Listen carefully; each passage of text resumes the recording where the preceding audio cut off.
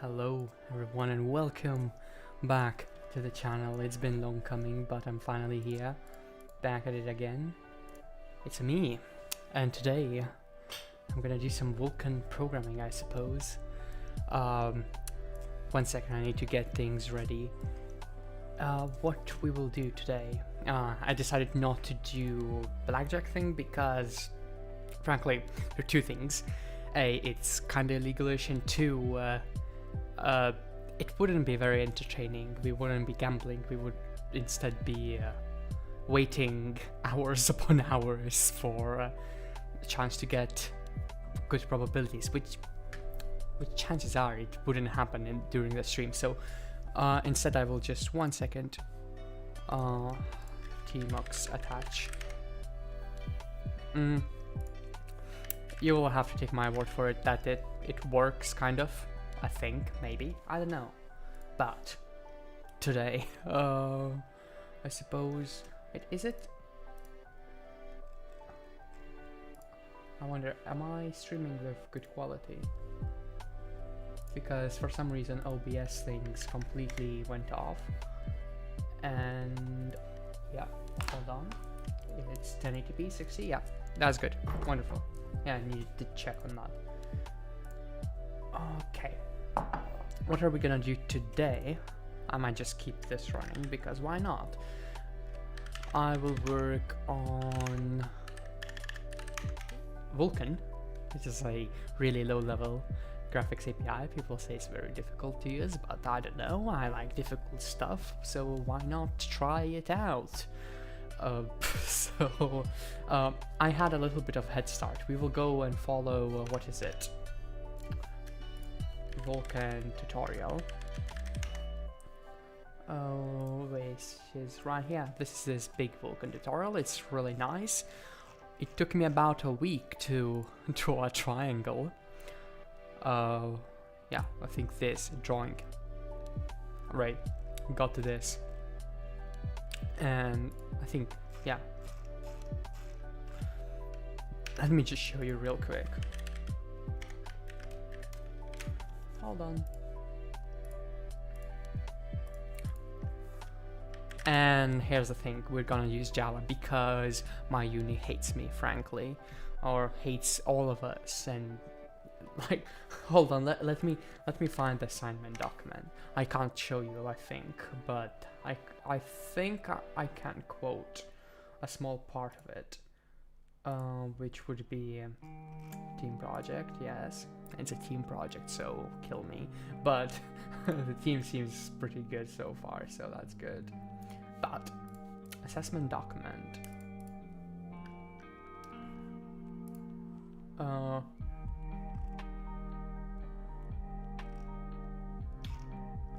this is assessment document. Here's a team project task. Oh, here we go, found it. It says, for this module, you will produce a video game in a team using Java. You must use Java. It's like one hit. You must, using Java, it's like, oh no, I'm dead. And then you must use Java, double kill. Oops. It's a thing. Hold on. Let me go ahead and launch Discord. I don't know which screen it's gonna launch in. Here we go, no problem. So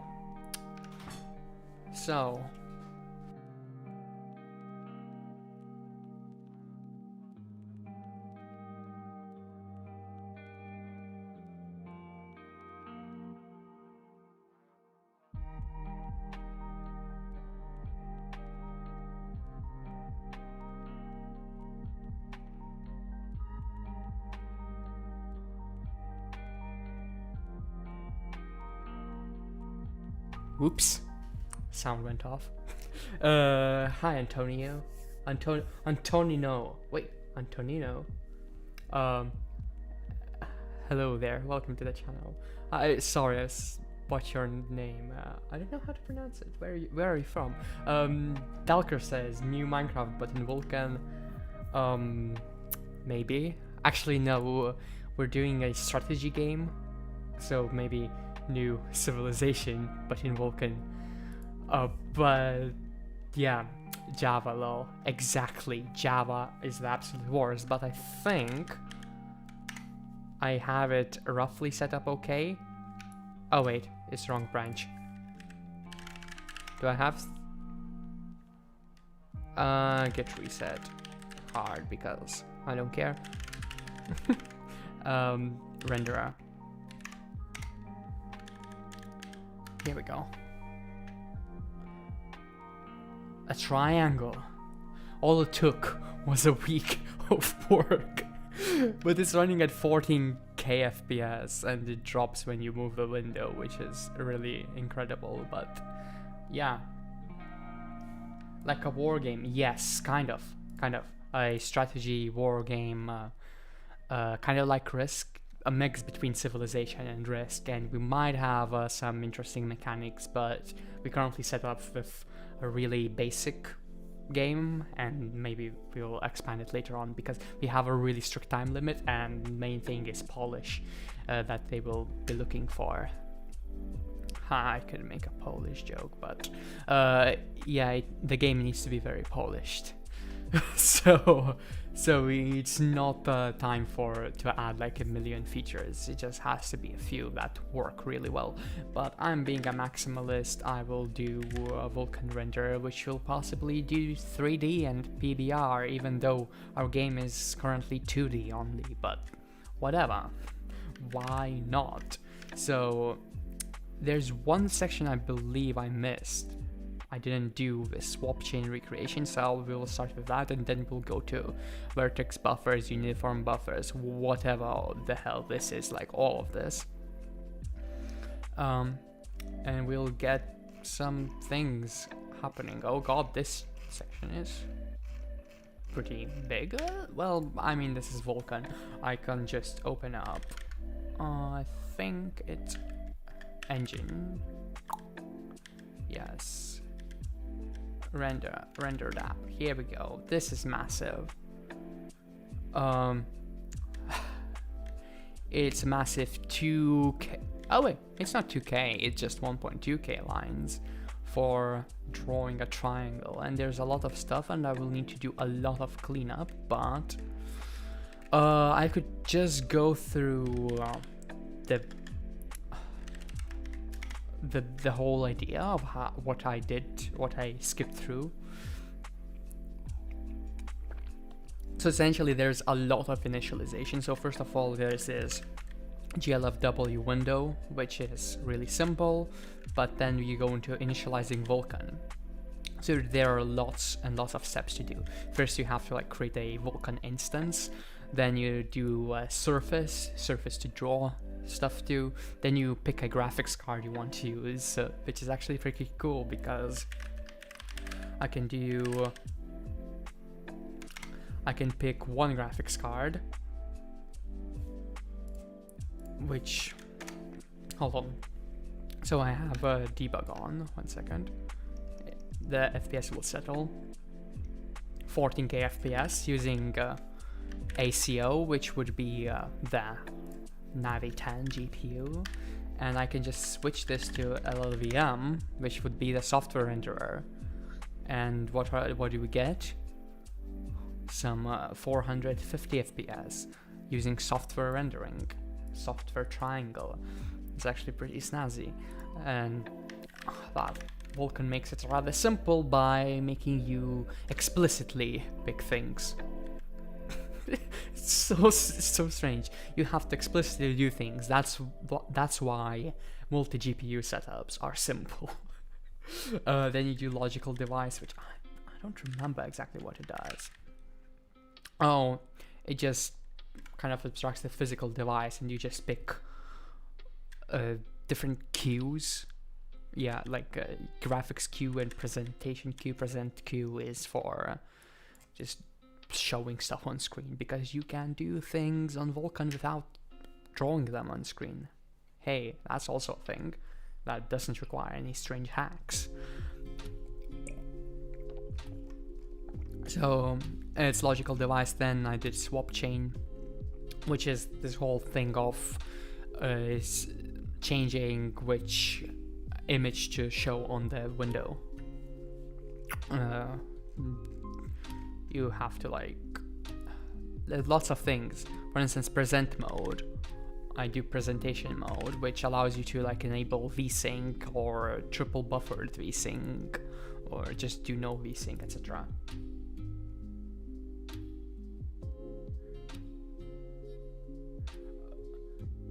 Whenever I compile and use your modular for CSGO, I get 10 FPS from aimbot. Is that some sort of anti-paste, or is it that it's kind of outdated? First of all, I'm surprised it still works, or I suppose you updated the signatures and stuff. That makes me feel good, because that means it was good design. 10 FPS, make sure you use release mode, because the aimbot cache, the trace cache which I use, is completely unusable in debug mode on Windows. And what else? Try configuring trace count. Yeah, that's about it. Trace count is the upper limit of how many traces you do per tick, and that actually allows you to easily control the performance overhead you are able to take. So it's one of these things, or there's something really messed up with it, but it should work blazing fast, I think. I don't know. Best of luck, by the way, with modular CSGO. When was it out? Modular CSGO. Last commit. 15 months ago or so? Yeah, a year and a half. That's a long while back.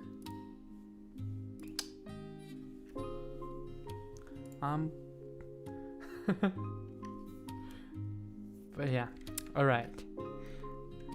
No worries. Let's see. So presentation mode, choose present mode. So we create swap chain. Then there's like image views, which are actual images you render into. You don't render directly to screen, you render to some image views, as far as I understand. Then render passes. I think this is the final step, and it's like all of these different render pass configurations with. Oh wait, no, it's not the final thing. It's just a render pass, and I don't remember what exactly we're doing. I will lower the music sound. Do you have a Discord account that I can add you on? Yeah, I do, but the CSGO hacking thing, it's more of do on your own, because it was a long time ago and I don't remember the code anymore, and yeah, it's provided as is. Color attachments. I mean, you can find me on modular, Memflow's Discord. Feel free to join that. They're like render passes. I don't remember what they do actually. I think I was like 1 a.m. just following the tutorial along. You can see there's like different levels of understanding, but here we go. The graphics pipeline, it kind of links everything together into there's shader stages, like you can actually load shaders, which is kind of weird. Like I'm not exactly sure how multiple materials are gonna be used and stuff, because you kind of assign a shader to a render stage, like you assign single vertex shader to the whole stage. So I'm not exactly sure how like multiple materials, multiple shaders are gonna work, but I guess that's something to figure out. So we create like vertex pipeline, fragment pipeline. Vertex pipeline is manipulates vertices. Fragment pipeline, it like works on individual pixels on like different triangles. And then there are like some fixed function pipelines for like lots of things, lots of things, lots of things. But it was the most satisfying part, filling this in, because once you do that, you have the entire thing essentially set up and ready to roll. Although you still need to set up frame buffer, I don't remember. Wait, so it's like you take image views and you create frame buffers from those image views, which is kind of weird. So the graphics card has images, and then you bind them to actual frame buffers, and it somehow works. And then command pool, it's a pool of commands. I don't remember what it was. Then command buffers are like where you submit commands, and then yeah, I kind of recorded the commands begin buffer, etc. And like those are Vulkan draw commands, and then you like end the command buffer, and that's the stuff the stuff that gets drawn essentially. And then we just some synchronization nonsense, and then we just do init Vulkan. We just go into main loop, which draws a frame, and it's a few lines, mostly synchronization, and out comes a triangle. All it took was a week and a half, I think. So today I will take this swap chain recreation and add this, because I believe you need to recreate swap chain anytime like surfaces change, like you resize the window, you kind of need to resize the whole thing, the whole swap chain. And oh well, we need to do that ourselves manually. It's not like Vulkan handles it automatically. So this is where me talking kinda dials down, and me reading kinda ramps up, and me drinking water as well. Drink water, 2 liters a day at least. I believe this stream is also gonna be slightly longer than the blackjack streams, because I just need to get through a lot of more stuff. My plan was to already by now have a cube rendered, but oh well. We do stuff and we don't do stuff. Hold on.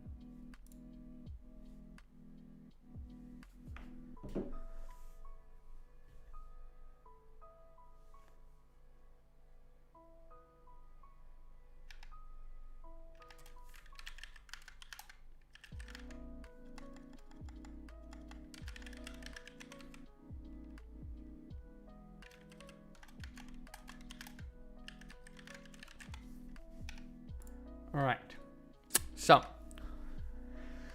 the application we have now built, do I need to zoom in? I guess 140% kinda still fits in, I suppose. So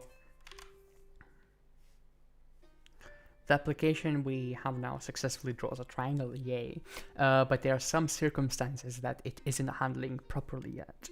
It is possible for a window surface to change such that the swap chain is no longer compatible with it. One of the reasons that could cause this to happen is the size of the window changing. We have to catch these events and recreate the swap chain. Recreate the swap chain is create a new recreate swap chain function that calls essentially,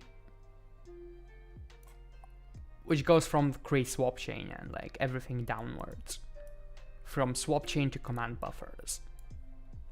Essentially, that's the thing.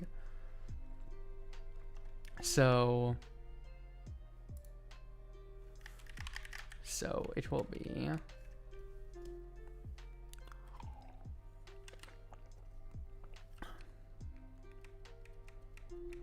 I will also need to figure out these memory stacks, because I I feel like I'm freeing stack space somewhere, and I don't think it's the best per se. I feel like I'm surprised I haven't crashed yet, so, but we'll handle that when we crash. So it goes from here, swap chain, from here to here. So wait, we need 6 of these. 1, 2, 3, 4, 5, 6. We don't need command pool, which is interesting. Oh well. Well, actually, let's do it here. No. No. Actually no. Let's do it in Vulkan, and let's do it below cleanup.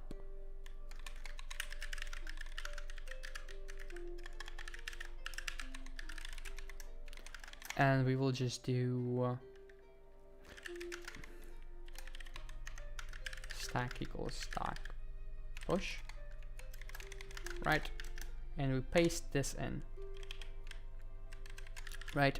And we will just do what is it? Wait idle, device wait idle, and I just pass in device, right? So for some reason I don't need to set up command pool, which is weird. We shouldn't touch resources that may still be in use, obviously. Yes. The render passes. It is rare for the swap chain image format to change during an operation like a window resize, but it should still be handled. Watch me recalibrating displays.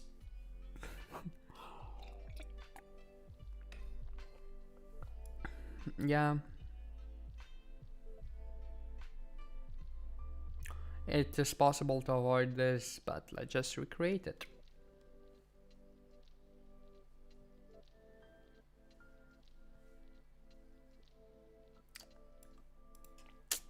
Clean up swap chain. I suppose we could just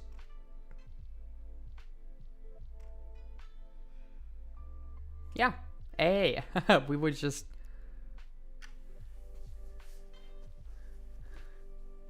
so apparently we don't destroy command pool there.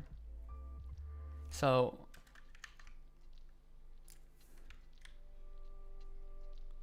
we will just do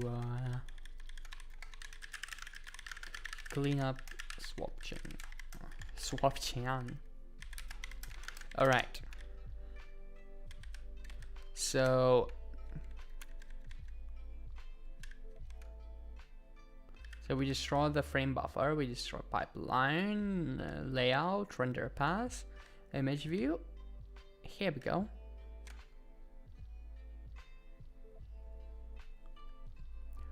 Why are we not? Let's clean up swap chain right here. I'm much smarter than the Vulcan guy. I'm a pro at this. I'm a total pro at this. No, I'm not. Clean up swap chain. So we don't do command pool, right? Yeah. Then so we just start frame buffers.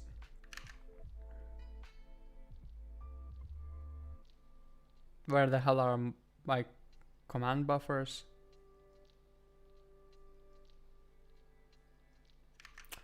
I have a strong feeling that I never did this. Command pool. Oh wait. Hold on.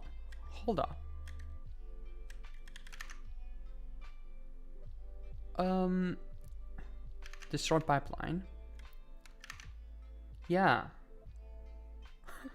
Wait, is there a command pool? Yeah, I get command pool.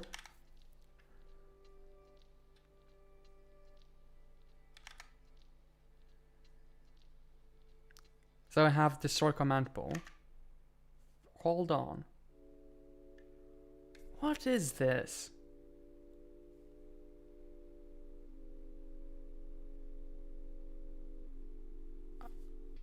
Ah, I just completely missed this. Okay, so I just need to... Oh, and I need to free this. Okay, I'm absolutely not smart. Don't listen to me. I need to free the command pool first. Wait. No, I need to free the command buffers inside the that use command pool first before destroying the command pool itself. And this is a thing I missed. Destroy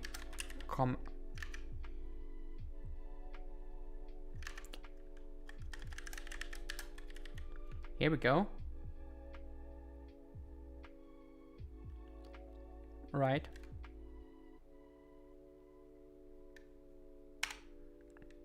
So we have device, we have command pool, we have command buffers, and I believe this won't work. Here we go. I try to be smart right here as well. So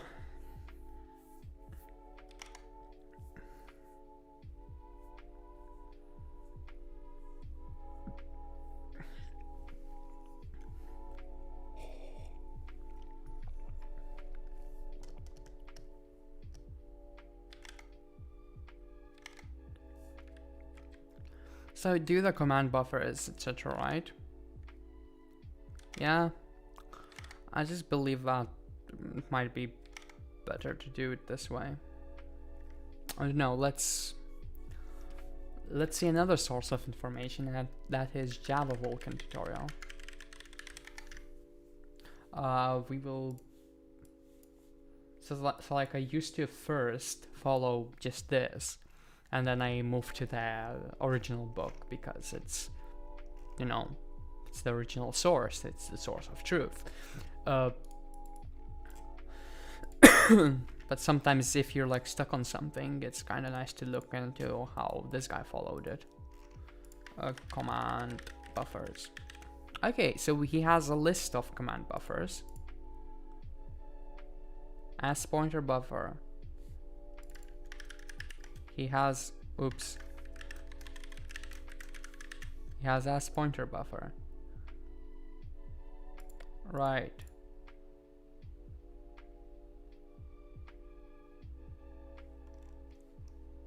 Oh, there is this massive... okay. Alright, it's... Right. As... I swear to God I have a thing, collection. Here we go, 2 pointer buffer. We also need to Java doc everything, which is pointless when you've got a function which it's essentially self-documents. It has 2 pointer buffer. Why do I need to document it? Well, utility for converting a collection of pointer types to pointer buffer. Wow. To pointer buffer. Collection something extends pointer. I will need to import that. Collection memory stack. Literally just copy this and you just stream and you just do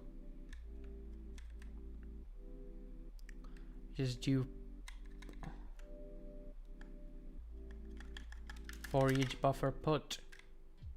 Oh wait,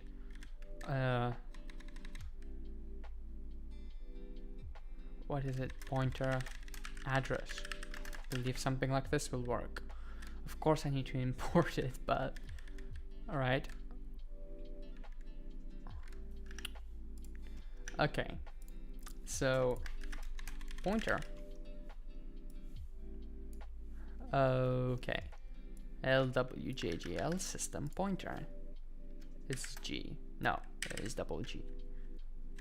So I could see that Java is not the most popular thing. Wait, where is to pointer buffer?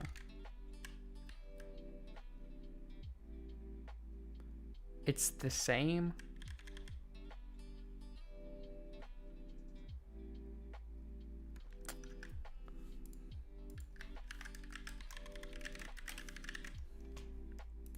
Okay.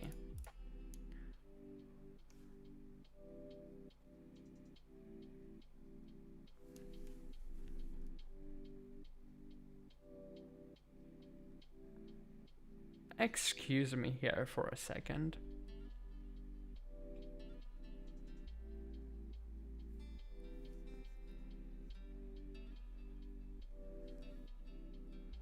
I am confused.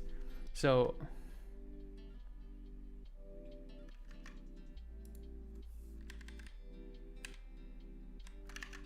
okay, also we can just use buffer put.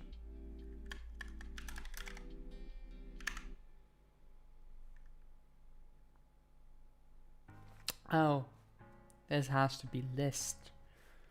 All right. Let's do this. Haha. Is this gonna work? No, it's not. How do I...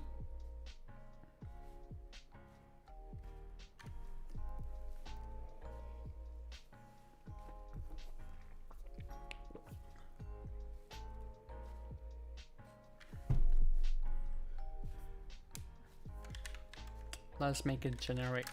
Haha. Private T extends pointer. Here we go. This is massive arrays that stream. Yay! Yay! We did this. Now we just need to clean up swap chain. Free command buffers. And we just do to pointer buffer. Right? So collection, command buffers, and stack is stack. Well,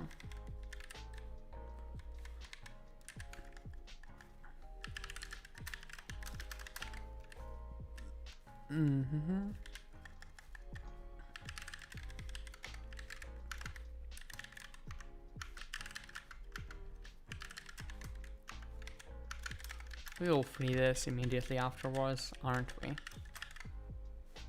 Here we go. Massive. There's one more thing I need to do. Instead, I will rename this to array. Here we go. Massive refactoring taking place. Clean up swap chain. All right. So we do the stack. We free command buffers, which is a thing we were supposed to do, but we never did. But here we go. Alas. I will just use cleanup. Seems fine. All right, so we destroy pipeline, yada yada yada. Now we can go back to the Vulkan tutorial. Right.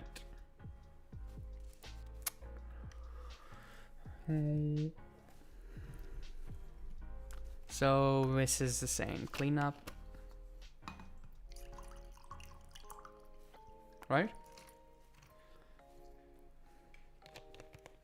Oh, command pull is wasteful.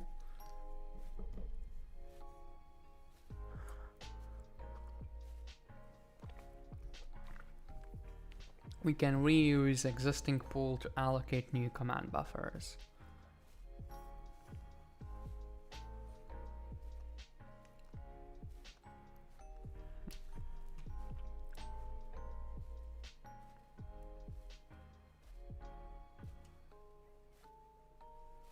Okay, what? Note that we already queried the new window resolution to make sure that the swap chain images have the new right size, so there's no need to modify to swap extent. Okay. That's all it takes to recreate swap chain.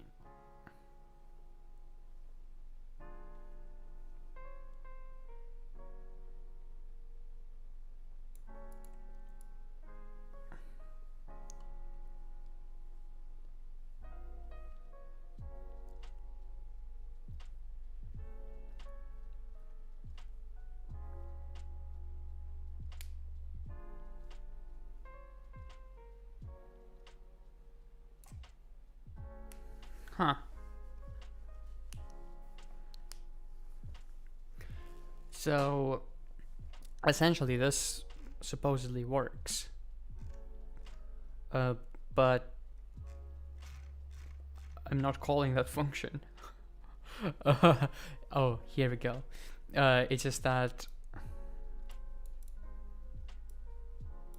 we need to pass the previous swap chain.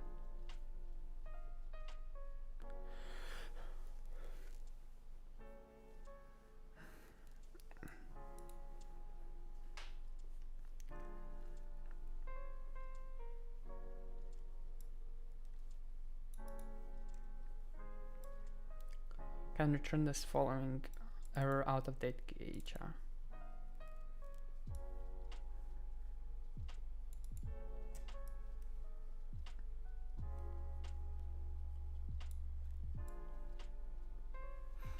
All right.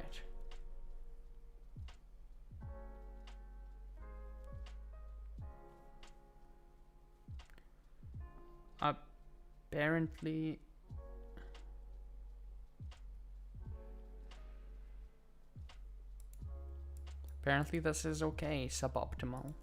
All right.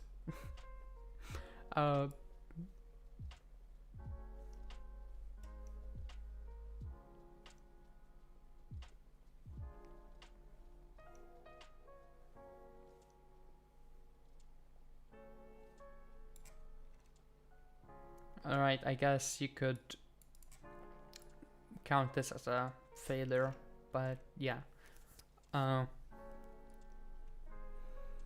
So, draw frame.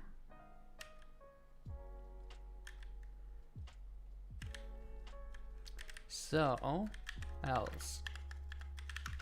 So we just use if res equals. Right. Ba-da-ba-bum. So we will recreate swap chain right here.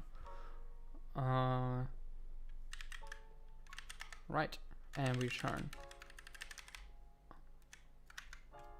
And res not equals. We'll just do this for now. Alright. 3 down. Okay. And I think it's the same thing right here.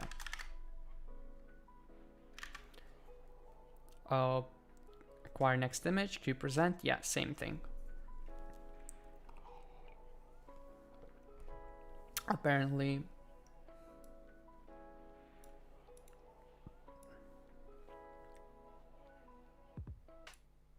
Did you finish your OS projects? No, and I'm planning to stream soon, really soon. Just that there's a lot of priority with this Java project right now. There's a lot of time stress with getting it done, but I will try to get a OS project up and running again. To be honest, I was kind of stuck in a hole with this whole UEFI thing, and I think I will try to somehow get out of it and then continue with making a functional bootloader, but it should be fun.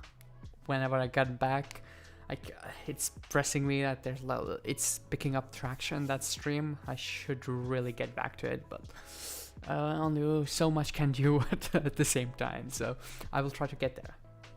And also, thank you for coming to the stream. Matthias? Is that correct?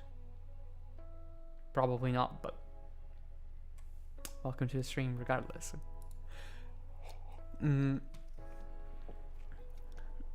So, apparently, there is frame buffer resize thing, which we need to handle manually, which is really stupid.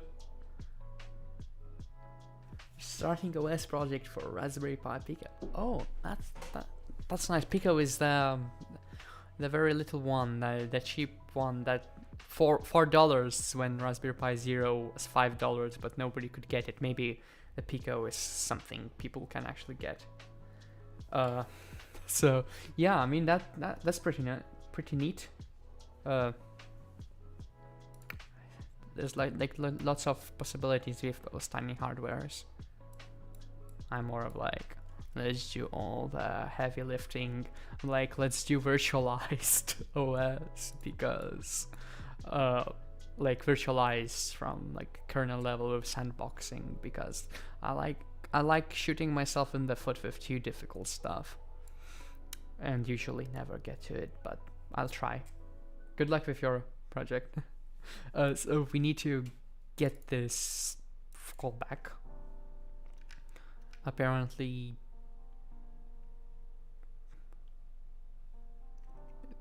there is this massive thing with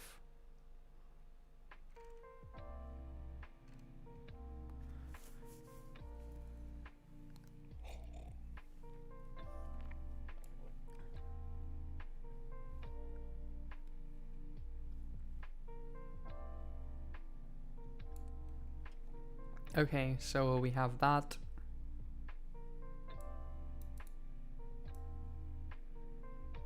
How the hell does this function? I've got no clue. I have dark in my room. I'm from Lithuania, so it's just getting very dark outside. 30 minutes ago or so, it was much lighter. Oh wait, also, oh, my camera is fine. I thought that it got stuck, but it didn't, thankfully. So yeah, it's winter time. Really cool. It's a really lovely day with lots of sun. Supposedly that's coming to an end tomorrow, so I was very glad to go outside and have a little bit of sunshine. Yeah. So I need to handle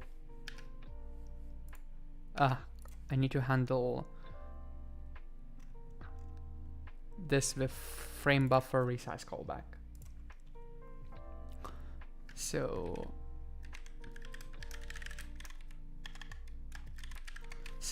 this right here,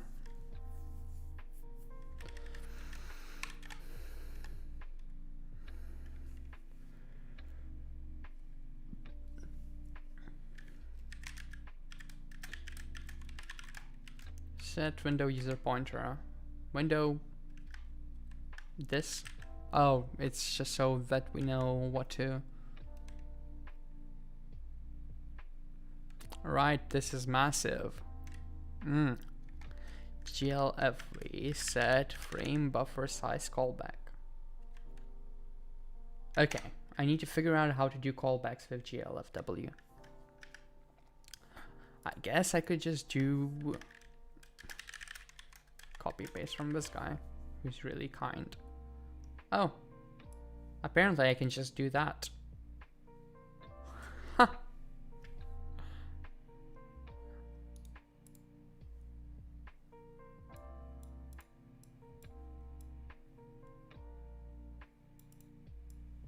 Massive Java helpers. So that, and it will be this on resize window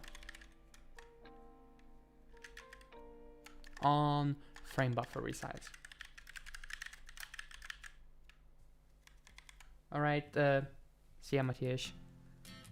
Glad you came. Alright. On frame buffer resize. E.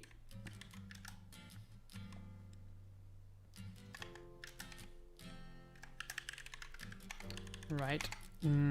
Private void on frame buffer resize. And we need to get things. I hate you. Right, yeah. Window width and height. Oh, we just don't need anything. Alright.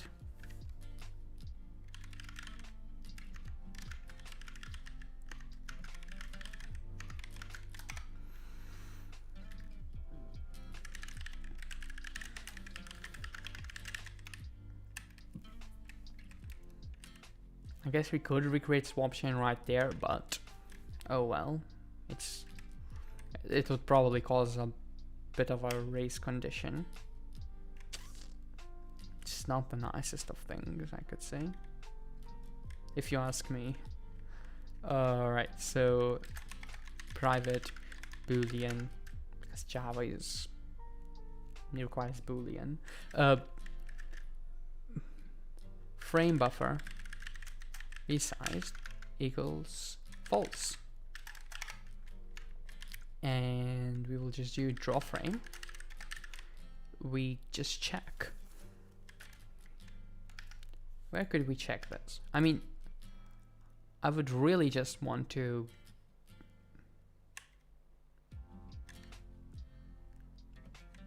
I guess the event gets submitted whenever.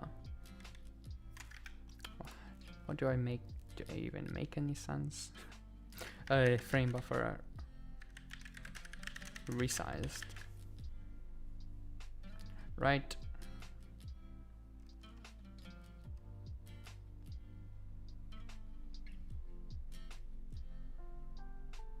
Wait.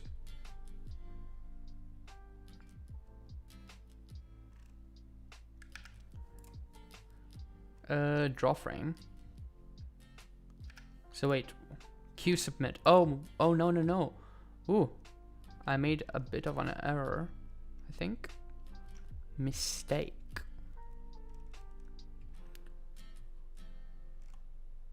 It's acquire image.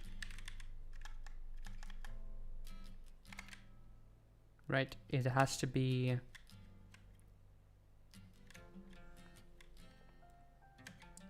Oh, int res equals this.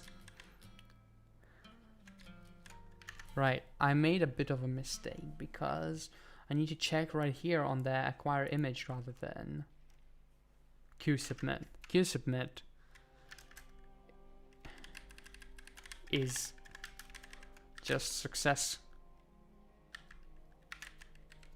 right?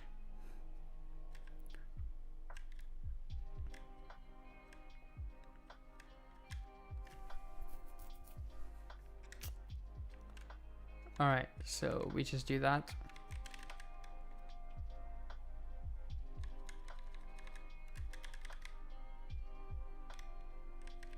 Right, fair enough.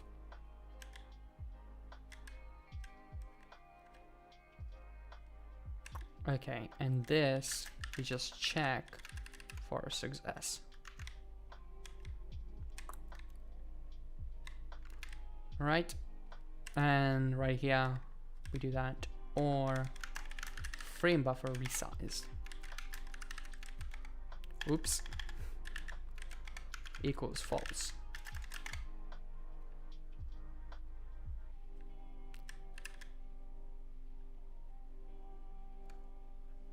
It's not used locally.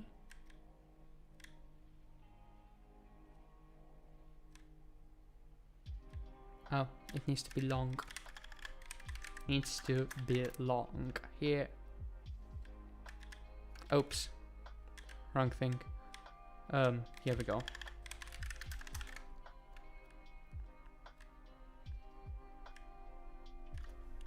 So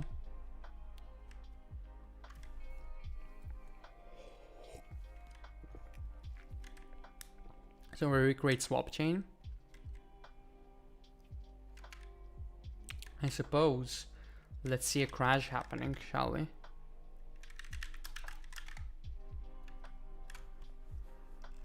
Wait, I don't...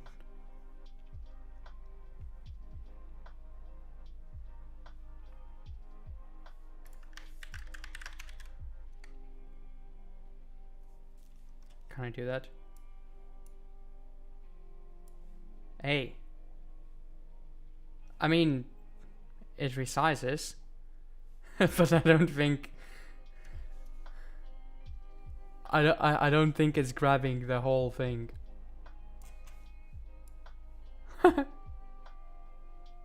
Alright. I mean, this works, obviously. So, yeah. Gotta love that. So.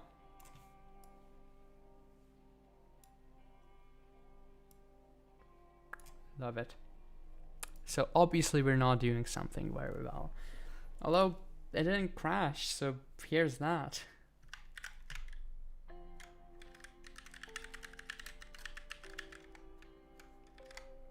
Wait, let's... Come on, alright. Let me just not call recreate swap chain. Why not? You know.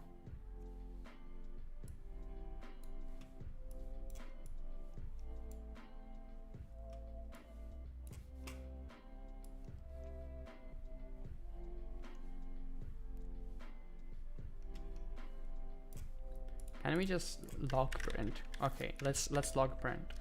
Logger dot info resize. I want to see how it handles it.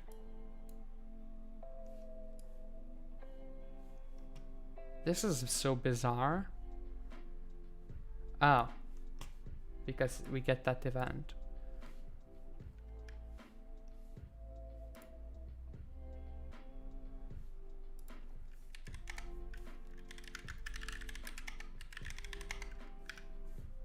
Okay. Right.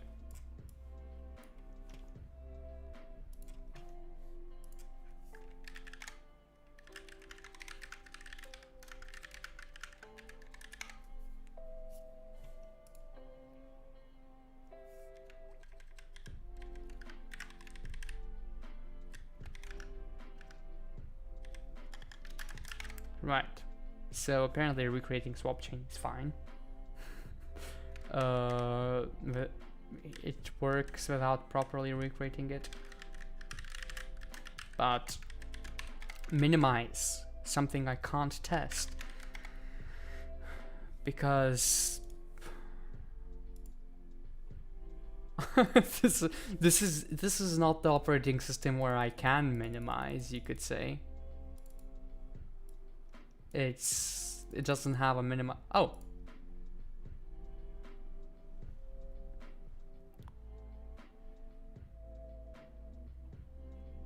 Yeah, I guess that works. All right. So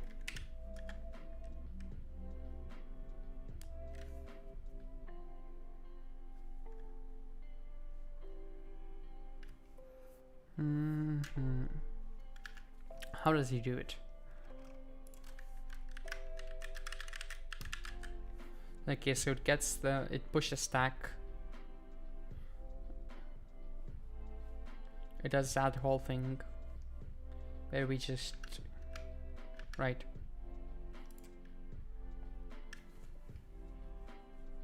I think there is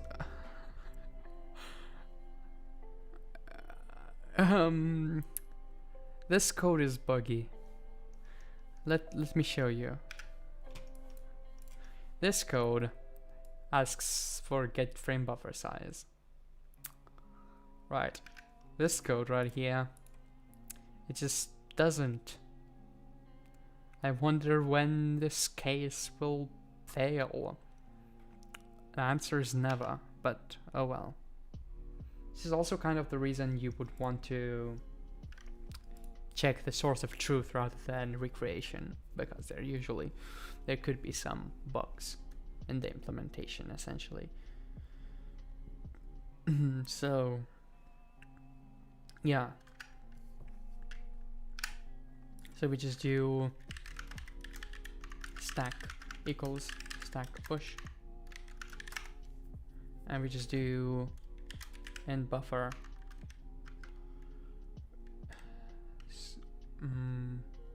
rect equals stack dot ints. Here we go. And we will just do get frame buffer size. So it will be window reg dot position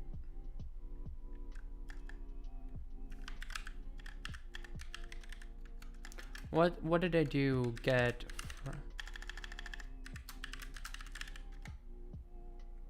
I did this. Ah, I see. Yeah, same thing. Here we go. Oops.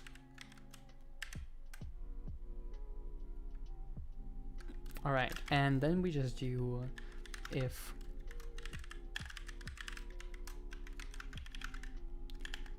and rect.get. Right? If both are equal to that. I'm not exactly sure why do we get frame buffer size beforehand? This is really bizarre.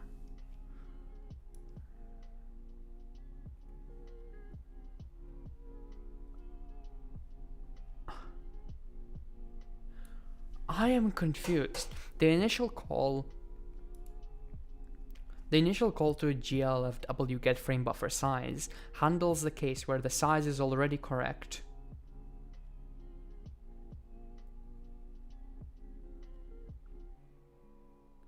And glfw wait events would have nothing to wait on. This is a very long shot. Has anyone done Vulkan and has any clue why the hell would this work? Alright, so the first time, get frame buffer size, it works if if you're not minimized and you have correct width and height. So this... Oh, it's a while loop. Gosh, it's a while loop. Huh. Oh. So if, and either of them are 0. Okay. And the Java implementer didn't really cause a bug. He just decided, let's wait for events. Why not? I mean, I guess that's simpler. But yeah, so we will just do... Also, why do we want to wait for events? Yeah. To do. Why? Why? I've got no clue at this point, but it's a thing, and we certainly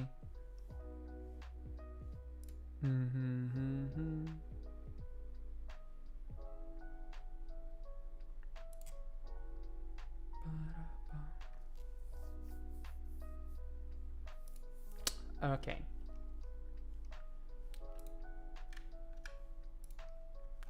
Right, let's see, what else do we have? So you probably want to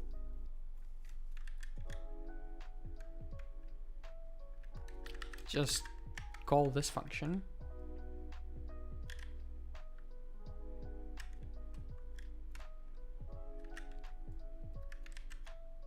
to do private void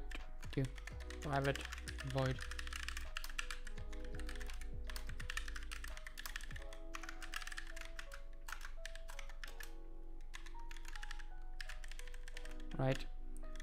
Actually, let's do it like so, because here we go,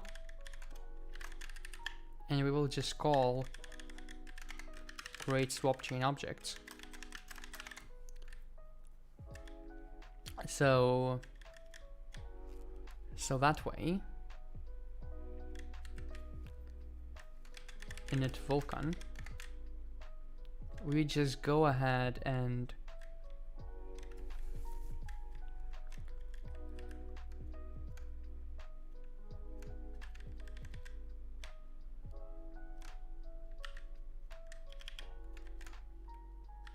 so we create swap chain objects. Does command pool need anything? It needs just QInfo. It has graphics family. It needs logical device. It has all that. It doesn't need anything, I believe. Is it gonna work? Is it gonna work? Yes, still works. So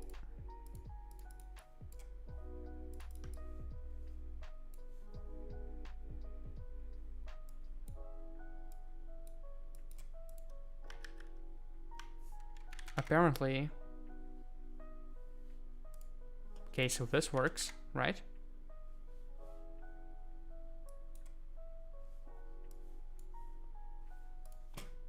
Huh. Recreate swap chain.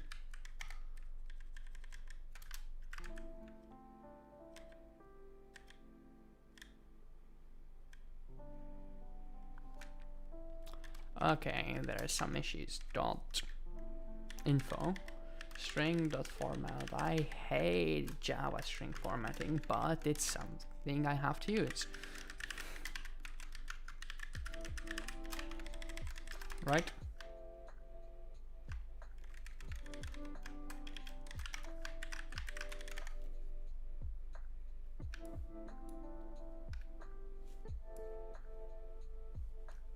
Okay. It just gets 900. Everywhere. Okay. So we get the height. No problem. You can see. Width is a no-go, which is really interesting.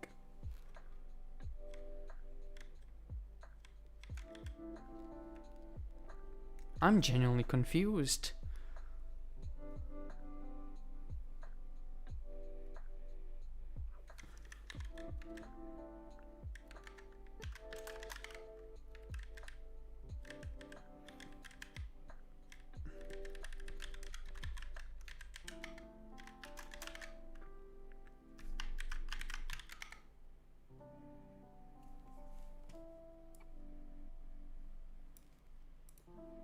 $900 is definitely the height. 900 is the height. So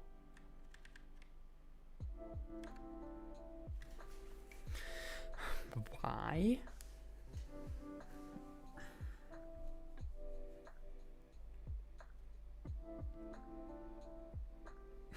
I'm genuinely confused. What is your problem, dude?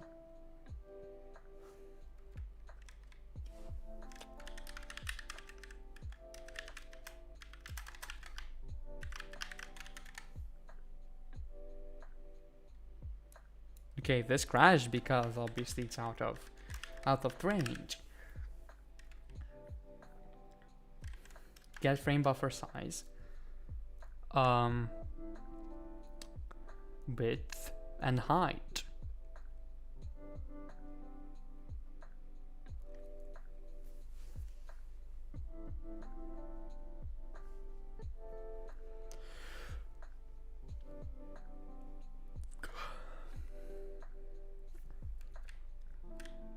I am confusion. Okay. Alright, I want to take these 3 lines and go to draw frame. Can I do that? Right here. Do it. Do it. I dare you. This is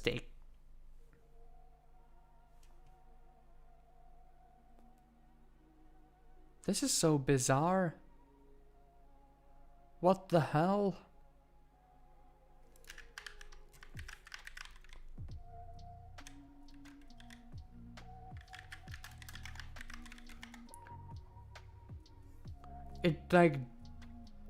it's like it doesn't take it in.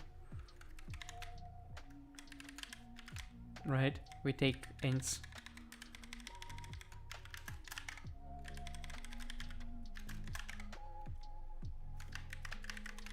And if we take this, okay.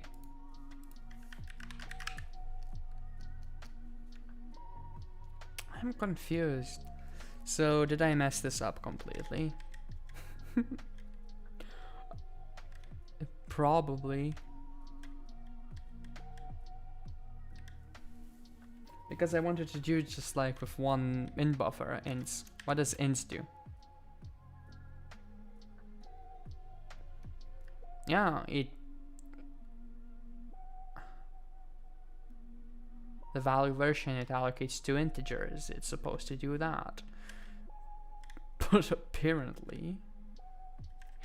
Oh, rect dot...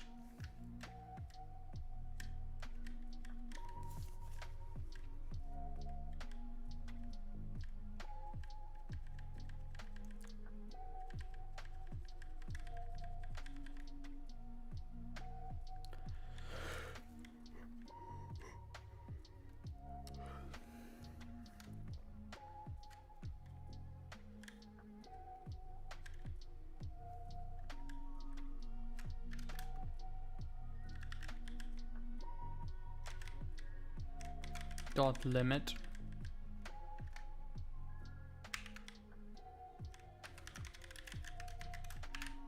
What if we do this?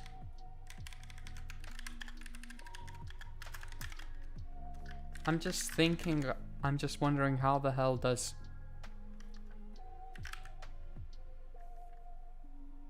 The number of remaining elements is 0, must be at least 1.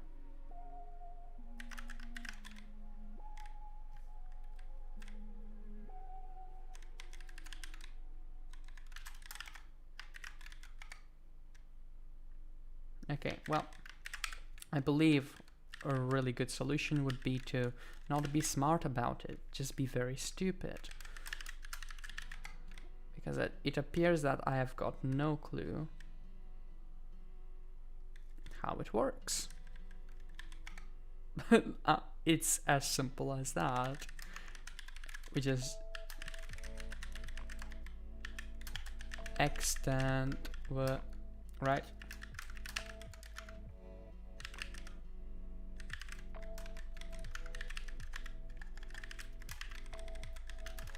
I believe I'm the stupidest person alive. Right? Now we just check. What is it? There was this extent. Yeah. Don't ask me why. But apparently I can't do it.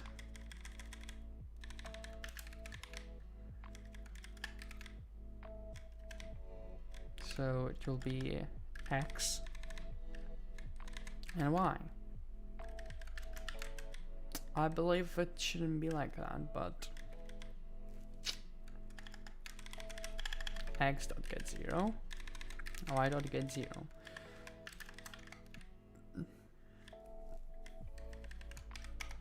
And same thing right here. X and Y, because we are very bad at this.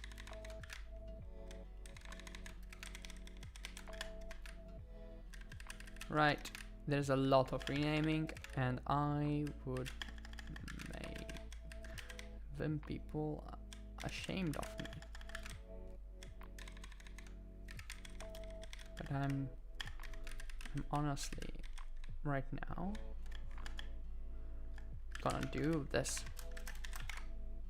Right.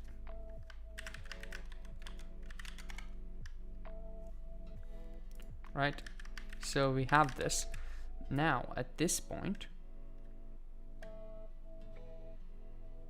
Oh, I removed that print there, but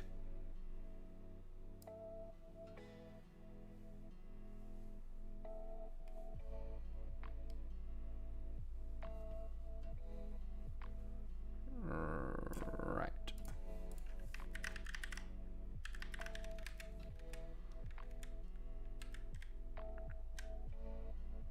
Debug callback. So we have setups.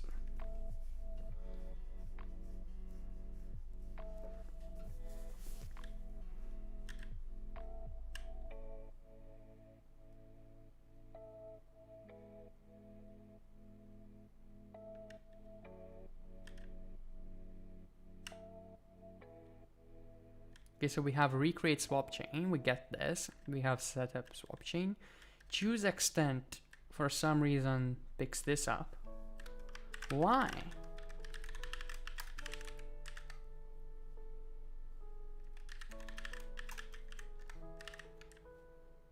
Why?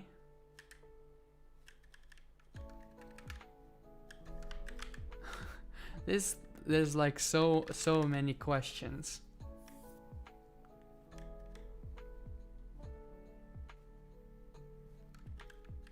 Extend try x dot get 0 y get 0.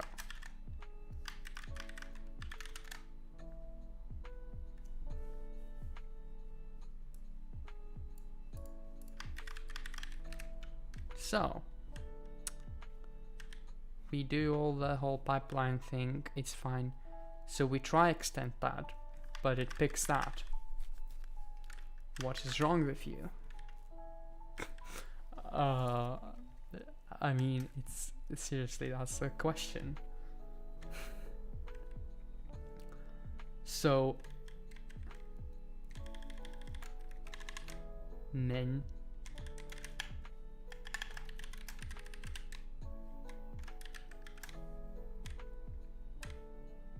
max.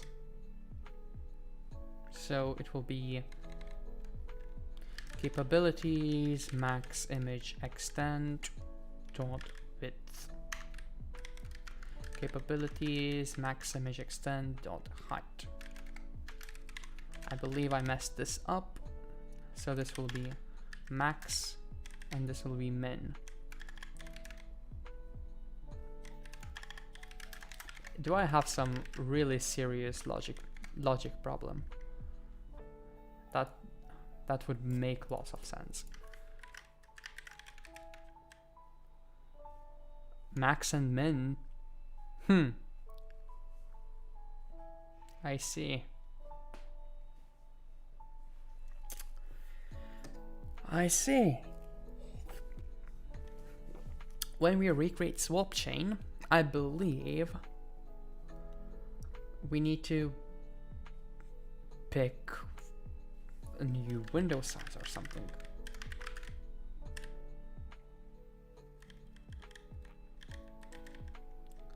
So let's just do the max thing. Let's just see how would this work if we picked something that possibly isn't. Yeah. We need to rescan capabilities because this works. I can resize and it works. This is wonderful. It's very flickery, but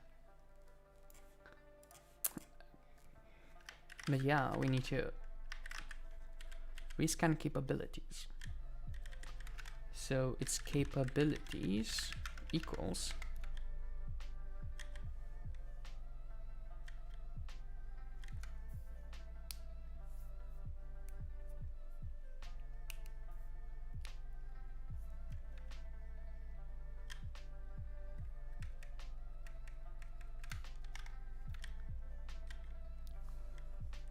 get swap chain support. Alright.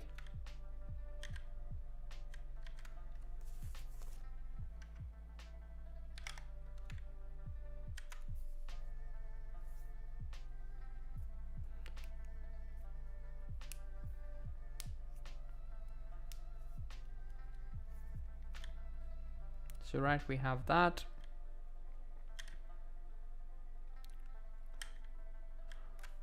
So we will just do physdev update capabilities.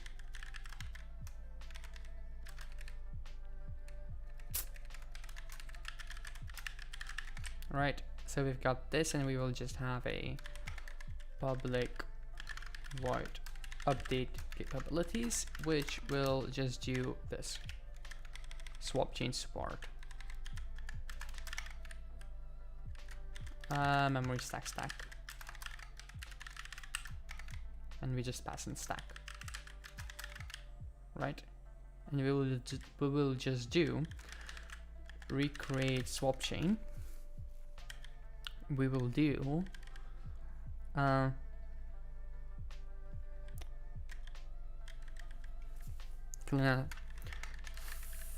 physdev update capabilities.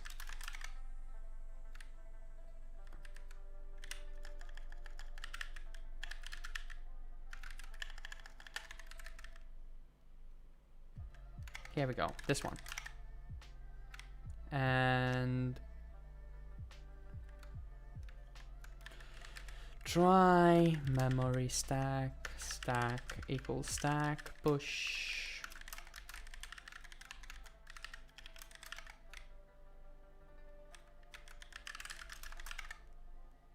Okay.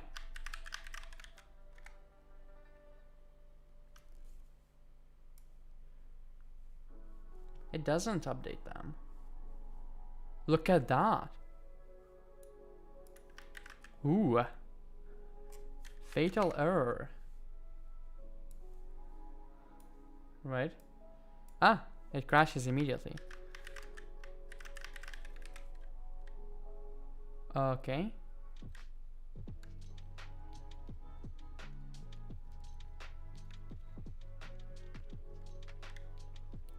Right.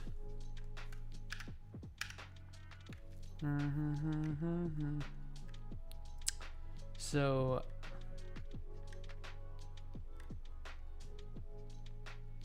pre-transform, what the hell is pre-transform?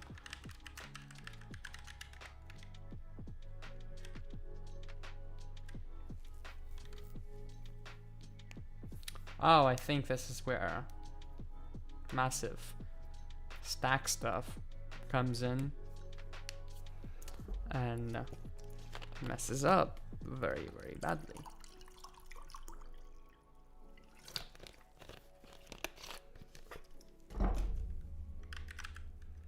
Right, capabilities equals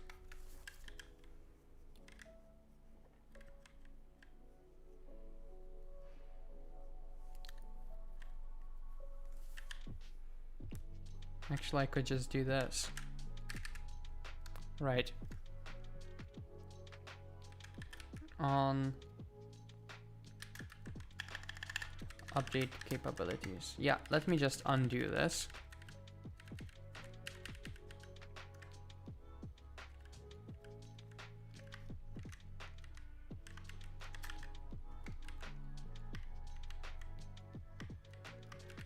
Right, and we will just go ahead and do recreate swap chain. Here we go. At this point, we should be able to just call this, which we'll call physical device dot device physical device dot swap chain support dot capabilities. At this point, things might work. Ha! Look at this. Ha! He got proper resizing. Oh. Apparently Xorg didn't like that.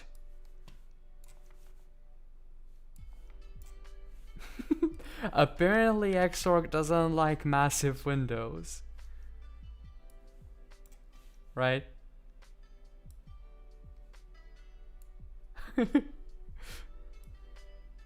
Okay. Maybe it's just the we're using non-ACO, right? Look at that, this is much less flickery. But this is gonna crash. No, no, no, no. Look at that. This is a triangle. This is the best triangle in the world. Immersive experience. This is the experience you've wanted since the very first day.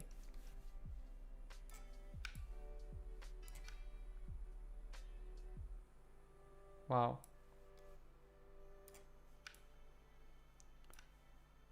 Now this is not good. Here we go. Oh, oh.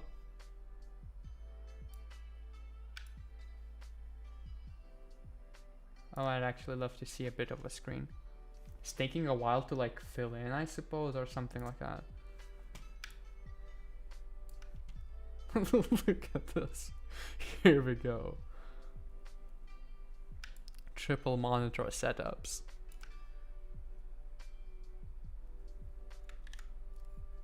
Screenshot this. I need a little bit more. I can't see anything. Fill in, yes. Come on.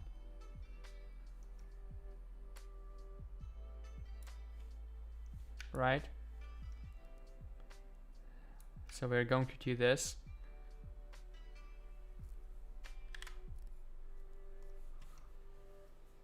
Oops.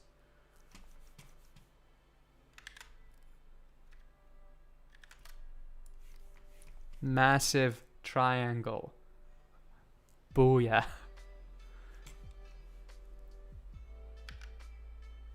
Look at this window. Wait, I can't put it into the center window. It just goes from one to the other. Alright.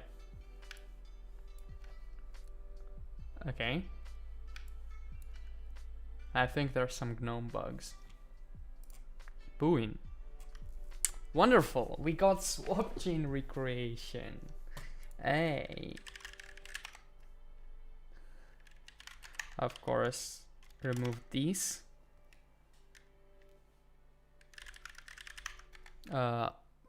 Target. We don't need anything. It's such a shame that I have to have Java development tools installed, but is that all with the section? Very first well-behaved Vulkan program. All right.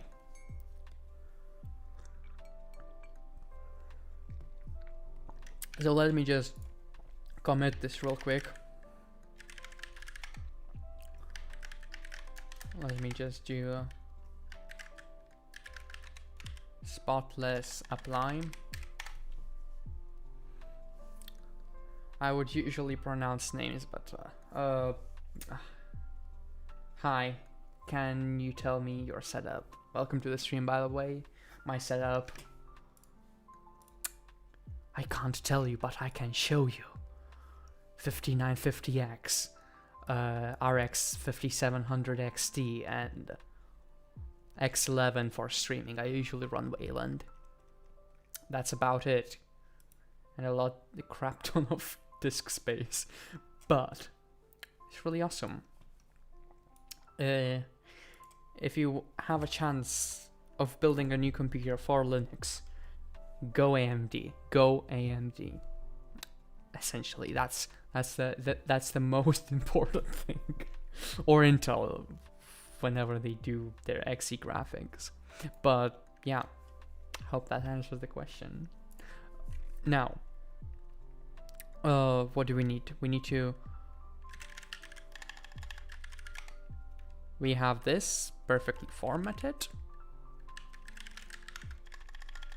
All right, I forgot. So this is GNOME. I mean, I'm a total pleb because To be honest, I mostly just open up a terminal in full screen, and other apps I just use like a pleb with Windows, and I just use tmux, which is really nice. Tmux attach, it attached to the right session, and tmux allows me to split panes like i3 would let you, and I just navigate through that, and I use vim, which is configured very well. It's actually nvim now, which allows me to add this git lens thing using Lua, which is, I think I need to just fix this. Here we go. I fixed some bug. And yeah, oh, is there anything else? I believe, not quite. Those are the tools what I daily drive. I hope that it helps. And yeah, Ryzen is really awesome.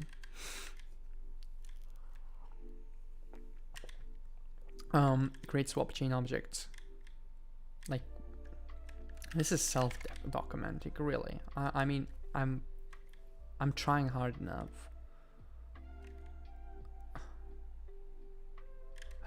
I guess I will document it later on. I will just push this.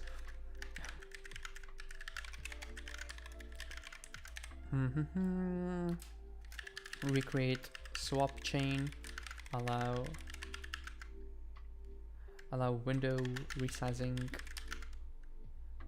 massive triangle possibilities. Of course, I need to escape, and booyah. All right. Okay. You are most welcome. Now we have Vertex buffers. Ooh.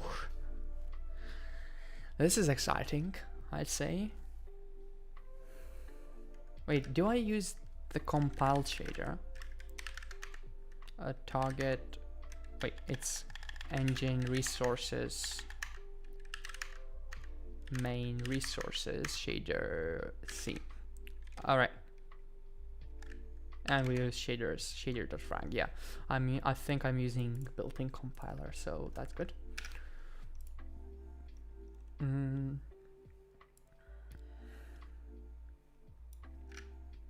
Right. So tab drop engine. I swear to God, I need to install fuzzy search for this because shader.vert. So apparently we don't need this, right? We will just have input position, input color.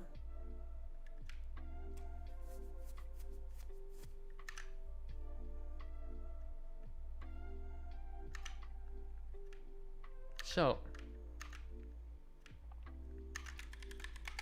layout location equals 0 in vec2. Really, we just use vec2, okay.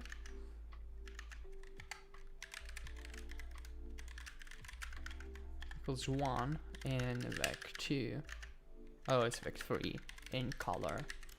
And we just do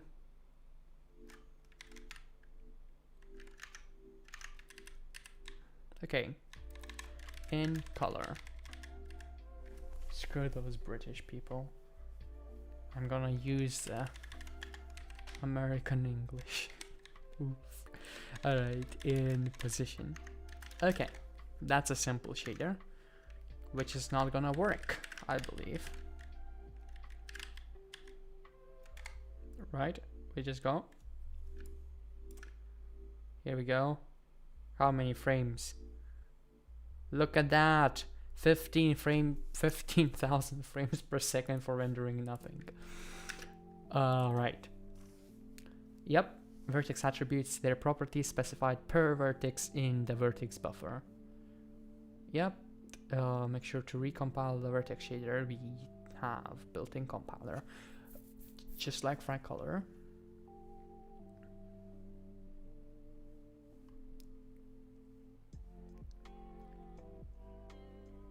Like 64-bit vectors. Use multiple slots. That means... Oh. Sometimes. Like dvec3.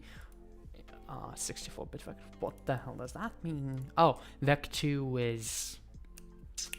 vec2 is two 32-bit floats, so... Wait. I'm confused. What is this? Right? Layout. Right?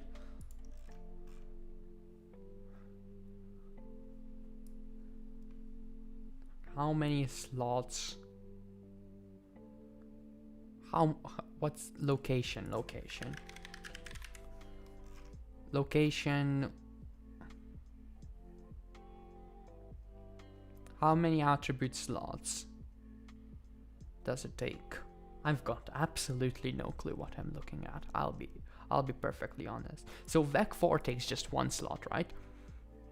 So these take just one slot, but what is a dvec?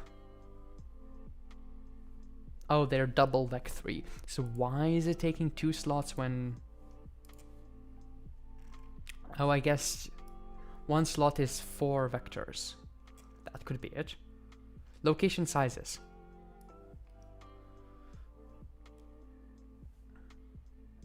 Right. Scalars and vector types that are not doubles all take up one location.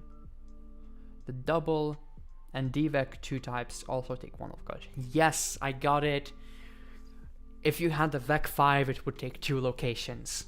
So GLSL shaders are aligned to 256 bits. Nice. Wonderful. I became smarter. Okay, now.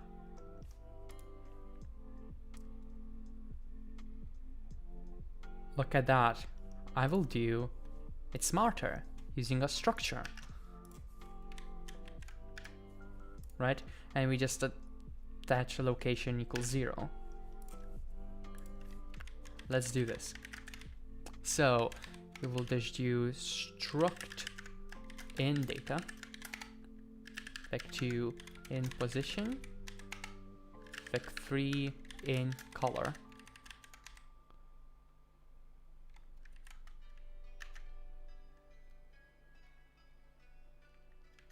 Right? In data, input, right? And I will just use input, wait, input dot color dot position. Here we go. I believe this would be insanely solid. Will this compile? No, it didn't compile. Syntax error. Unexpected write brace. Obviously, I'm actually not that smart. So we have the structure.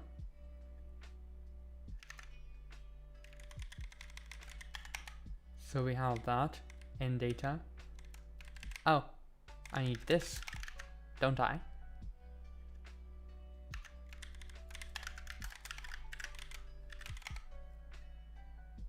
Ah, no, why doesn't it compile? Can I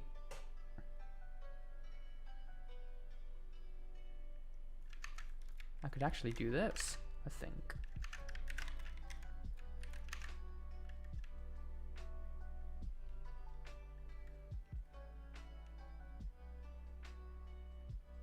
Huh.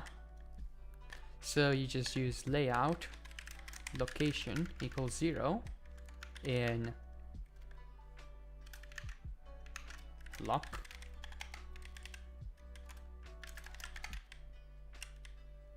and we will just use in position in color. Alright, there's a lot of testing happening right here. Will this work? No, of course not. Input block not supported on this stage, Vertex. Okay. Well, let's just do it dumb way. I don't know GLSL. One good thing about this whole Java project is that whenever I'm done with it, I will be able to make Minecraft shaders. Okay. Alright, so we have that vertex data.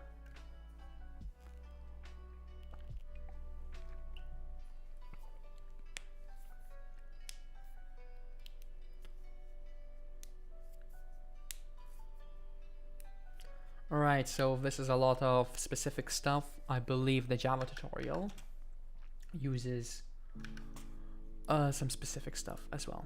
Vertex buffers. Okay.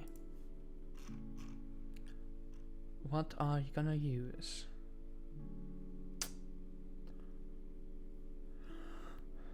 JoML. Do I use JoML?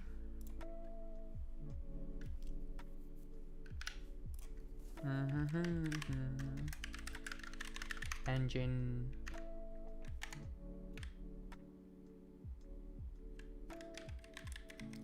Yeah, I've already got it in.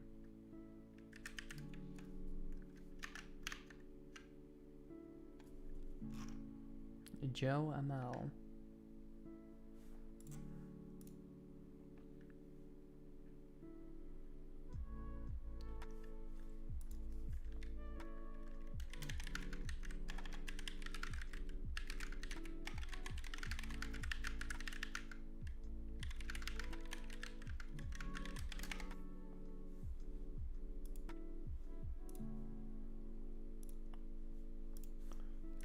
Alright. Timmy wants to talk about audio. We'll do it after stream.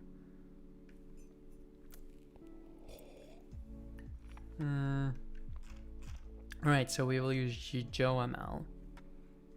What does FC mean? I don't know.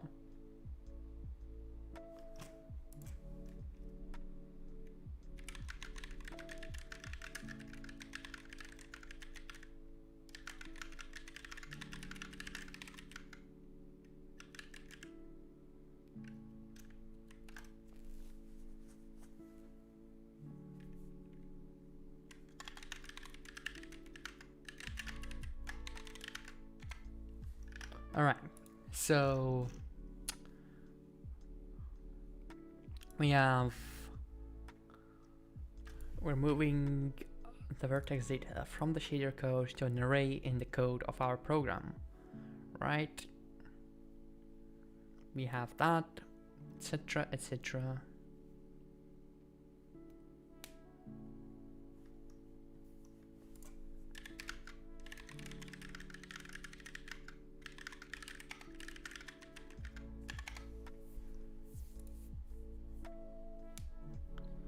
Okay, so we have this, we just do it as structures, position, and color, no problem. Right.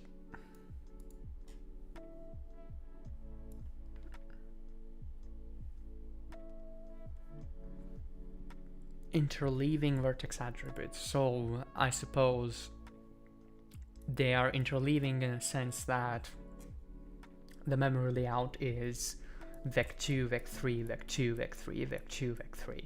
I suppose that's what it means.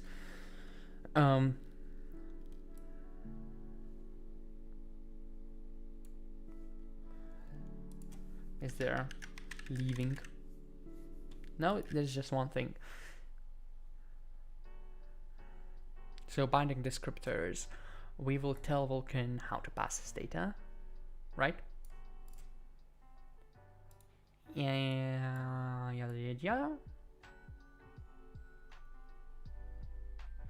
The first structure.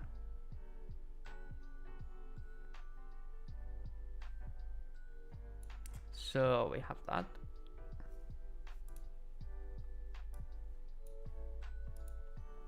Vertex input binding description, get binding description, yada yada yada.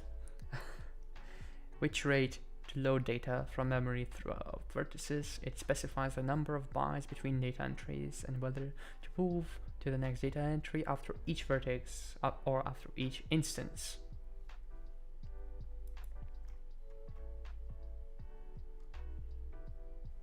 Oh, either it goes per instance or per vertex. And the stride is size of vertex. It's fair enough. It's absolutely fair enough. In one array, so we're going to have one binding. Right, this is usual stuff if you do low-level programming. You use strides, which will allow you to parse the vertices using a stride. So like you could have what is it? It's 5 floats, but you can align it to 6 floats, for instance, and have a stride of 6 times size of float, and it will work. It just ignores the final last float. That's the whole essence of it. And we just describe it. Yeah, this allows to do per instance data, and this is per vertex data. So if you do GPO instancing, I suppose you would have data per instance, like some shader properties, I suppose, of which, you know, are kind of nice. So yeah, we're not going to use instance rendering, but I am gonna use instance rendering because I hate myself. Attribute descriptors. The second attribute, second structure, describes how to handle vertex input. Yada yada yada. We're going to add another helper function to fill in these structs, right? It creates 2 attribute descriptors and returns them. You like modern C++, I see. You could have just done a simple array, but okay. As the function prototype indicates, going to be 2 of these structures.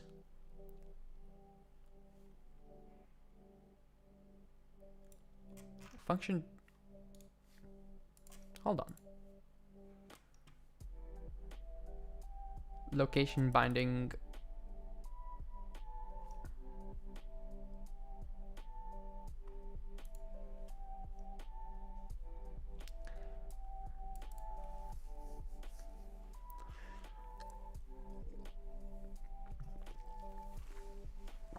How to handle vertex input is vertex input attributes description. We're going to add another helper function to vertex to fill in these structs, right?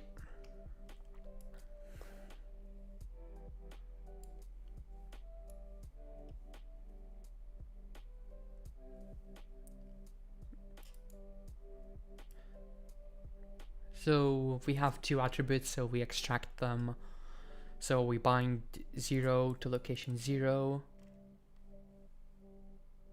and we have the thing.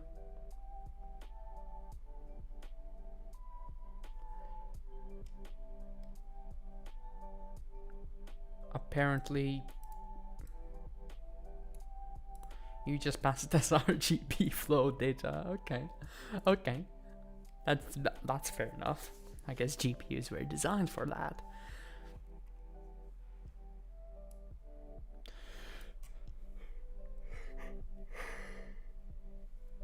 Or, oh wait, this maybe is just vectors. And we just do that. BGA, yada yada yada.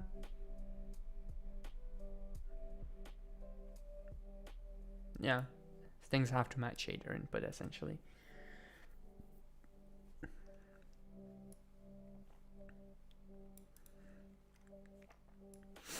Pipeline vertex input. We now create a fixed pipeline to accept vertex data.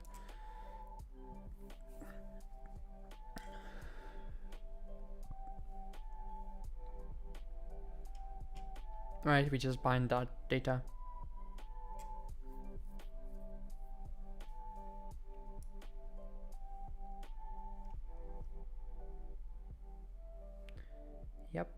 Yep. Okay. So.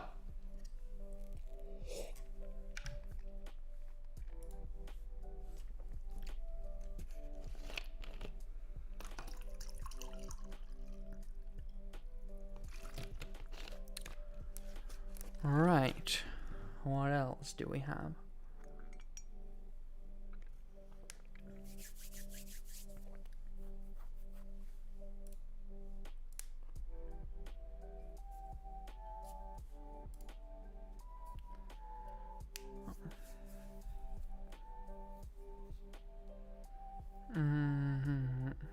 So we need to just implement this.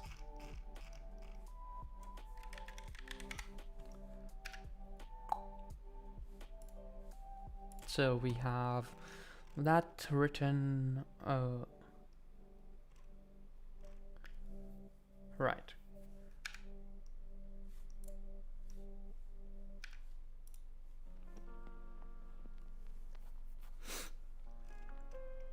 Right, I will actually implement this after a little break. I need a little break. We're reaching 2-hour mark, so I will just take a break and we'll be back in, I guess, 5 to 15 minutes. So yeah, I'll be back soonish. So yeah, see you in a bit.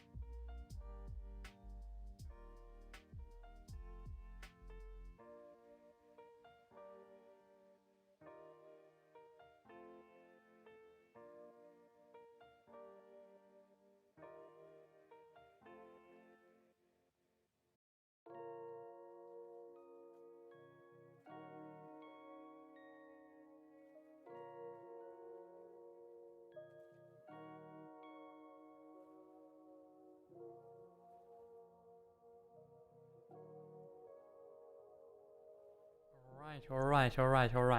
Welcome back, everyone, and ooh, yeah. I actually checked my exam results, and can I wait? Well, got to 100. That's essentially it from systems programming. So I'm glad. Of course, it was supposed to be a 3-hour exam, but we were given 3 days, so there's no way I couldn't get it. So, but well, I'm still happy. And the team project of last term went rather well as well. I think I got a first, which, I mean, 71% is not amazing, but it's really fucking good. Anyways, now we just need to do this graphics work.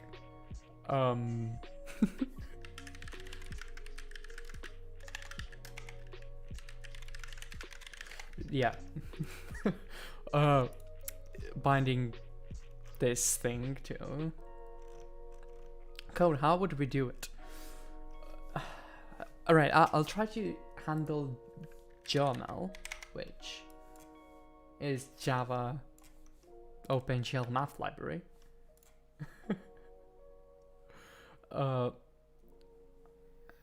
Right?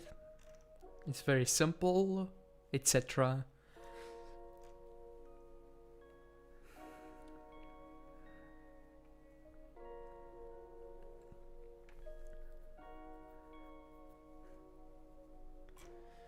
Right.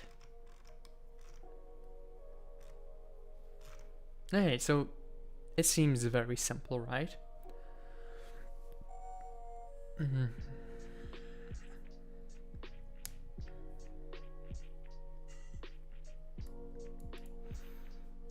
How do we use? So we build the thing, and we write into the float buffer, not frame buffer, and yeah, it's okay. This looks rather simple, rather promising.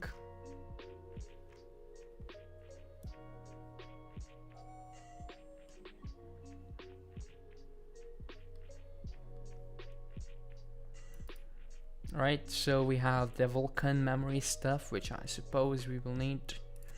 Map memory, success, bind buffer, and map memory. Okay.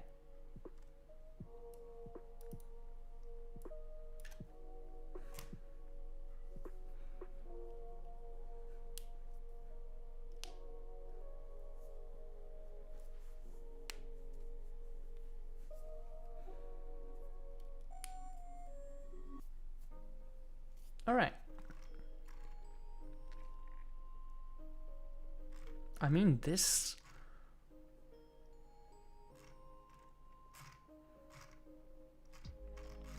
looks really nice. I'm just wondering how the hell am I supposed to map this through. So the matrix, it had, we allocate the float buffer, and we just do that. Right.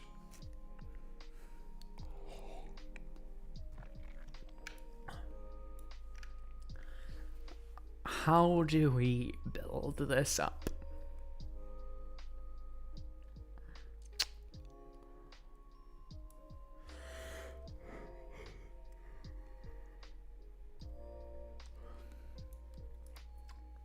How could we do it? I guess we just allocate a float buffer.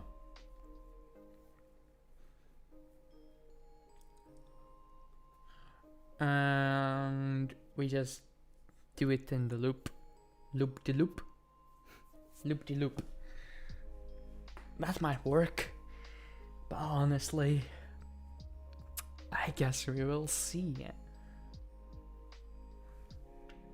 I mean, I should just check out how the guy in the thing does.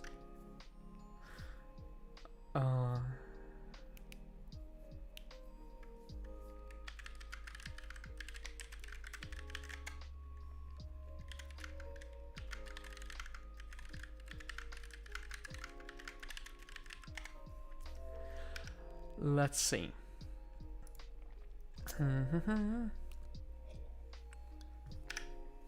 Java Vulkan tutorial. How are you using Vec2f? So we create a class for Vertex. Yeah, it has that thing. How the hell is this supposed? Are you FC? Wait, what is FC? I suppose this is a massive, you could say,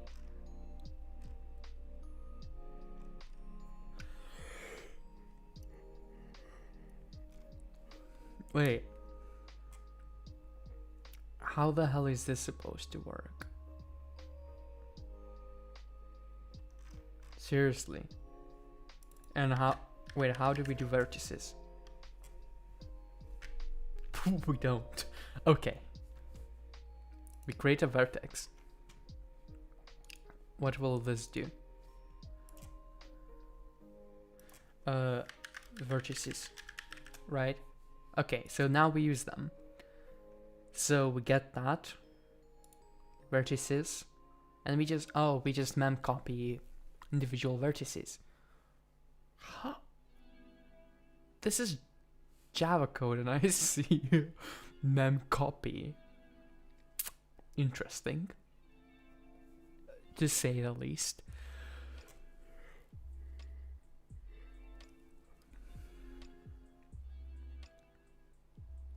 Oh, and this is the mem copy. You take an array of vertices and we just put float.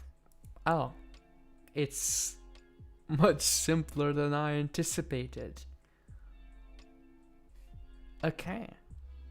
I mean, yeah. I thought we were gonna have it more complex, but no. Alas, no, thank God.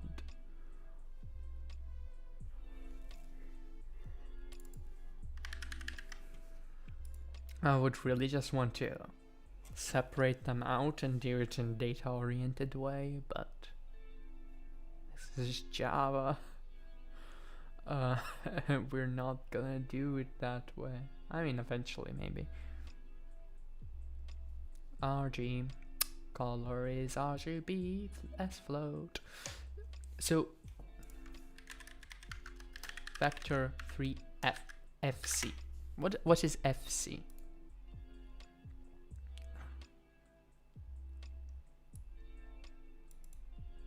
Right?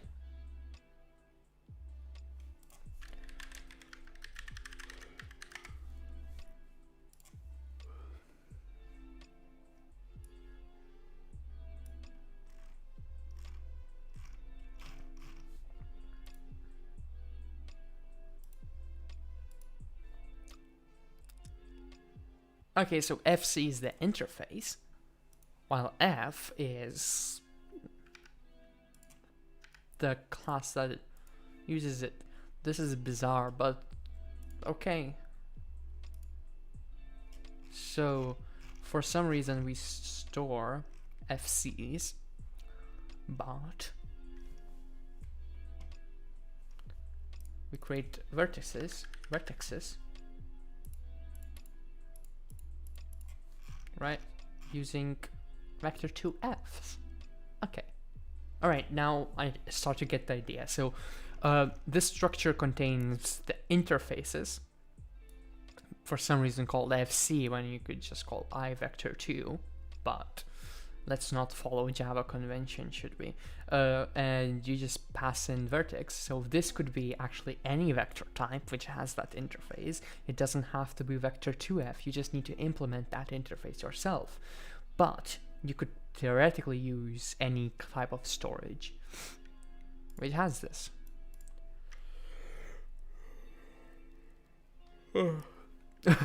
but you just create these vertices and they're really nice, they're really solid, and we will just use them. Hey Mtish, welcome back to the stream. It's good to see you back. I'm just barely starting to do what I was set out to do, and which is doing this whole thing what I did massive triangle. Oh no, no triangle. Hello. Apparently I said go AMD, but I just crashed the whole thing. Alright, I'll be back in a second. This is so bizarre, but here we go. Here we go. This is weird.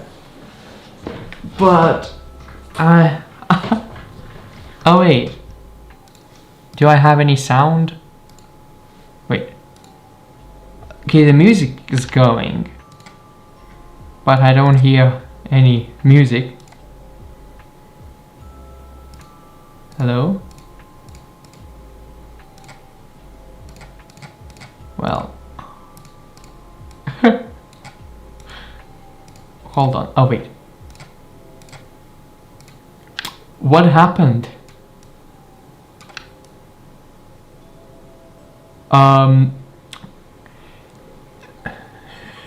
AMD GPU completely crashed.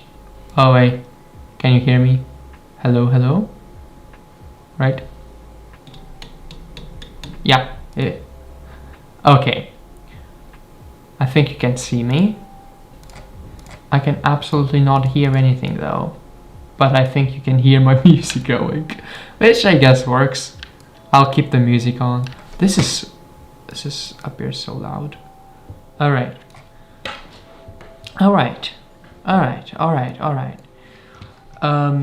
Let's come back. Tmux attach. Here we go. Look at that. Segment. Look at that. This is Tmux. It's so magical. I wonder if it's gonna work. Here we go.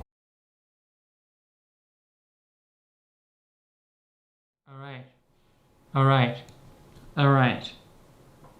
Okay. I'm back. I'm back. And now it's gonna take more to kill my stream. AMD drivers. Oh no, my blackjack simulation ended. Oh no. Anyways. Premature end of the blackjack simulation. Oh no. Alright. Can I hear music?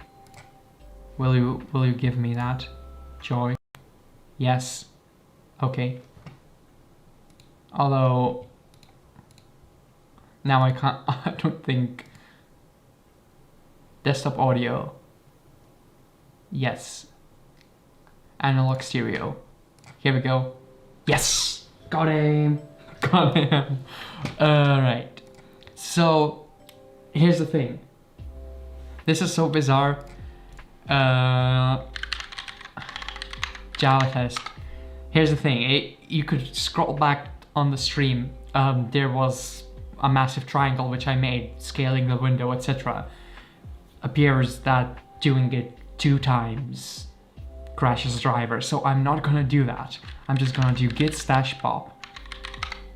And well, there's no sessions, so we create a tmux session. And I'm gonna go ahead and do profile video, vim. Right. I guess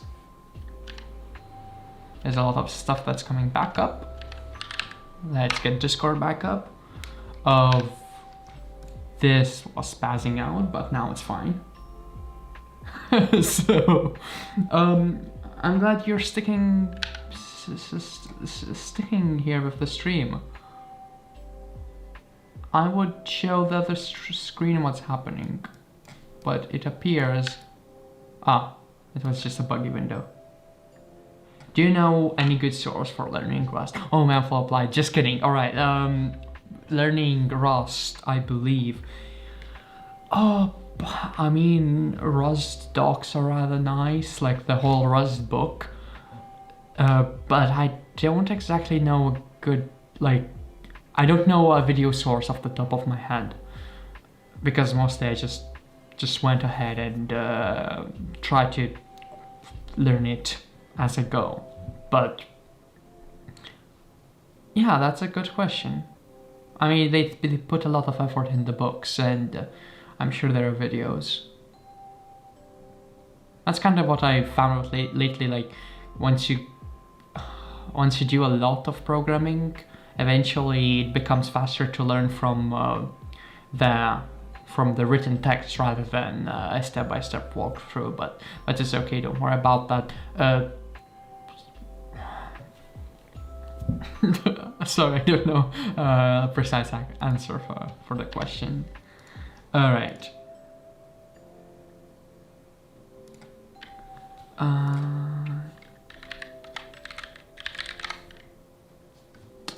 Okay.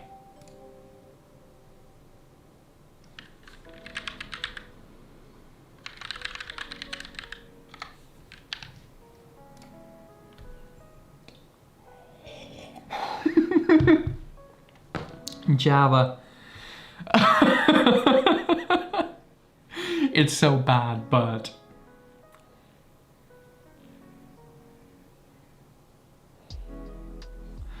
getting into Rust isn't that easy. I was thinking it's going to be. I guess it takes practice. Like, it's. I mean, I believe it's less with I mean, syntax is very verbose, people say, but once you get used to the question mark, it becomes much more concise. But it's like mostly the borrow checker is kind of difficult to get your head wrapped around why particular things are okay, why other things are not okay. I think I will touch on borrow checker in my multi-threading episode on Memflow Applied, so maybe if I'm assuming that could be one of the main issues with Rust, is borrowing variables is really tough. Feel free to check out that episode, which comes out like in a week or so. But yeah, it's just like from the get-go, you're not taught the question mark operator, which is the absolute lifesaver for like option and result types. You can just apply question mark to return an error, return that error out on the error, and I believe it's a really nice thing.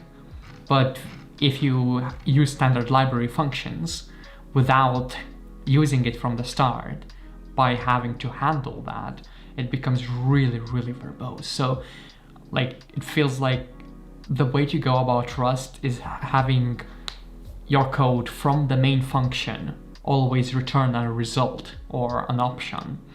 So that way it can be handled from the very start, from the ground up. And what's my Discord? I could just post it. 3574.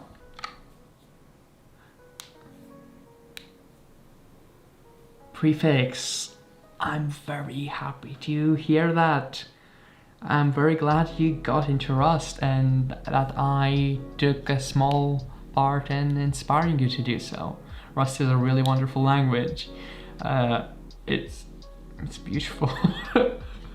So yeah, I'm very happy for you. All right. Now to the not so beautiful language, Java. We need to do some of this JOML things.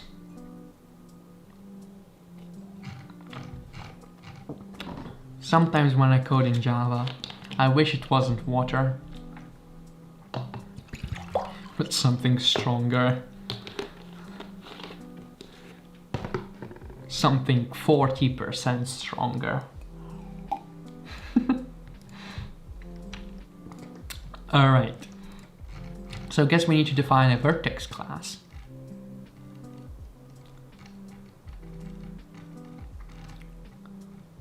All right.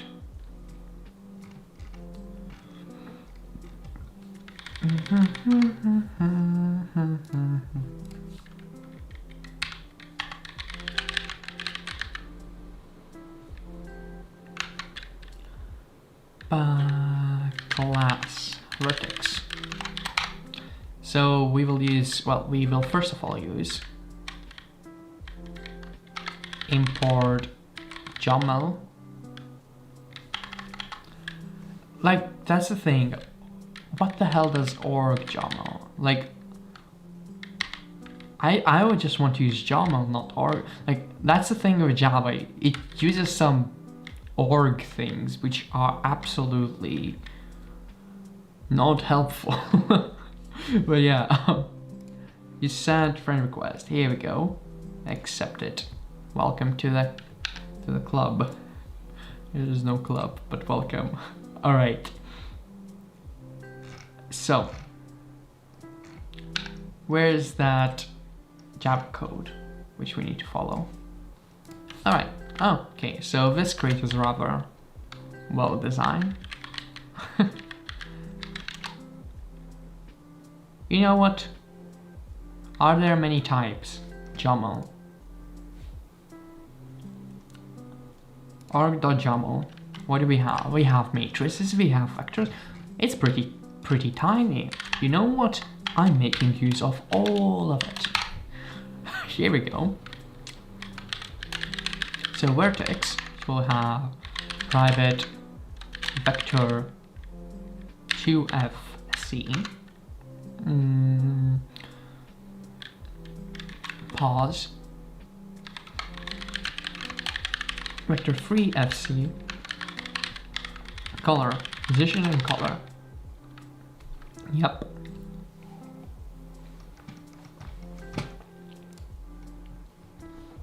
All right. Now I saw that function define some sizes for this, so it will be public static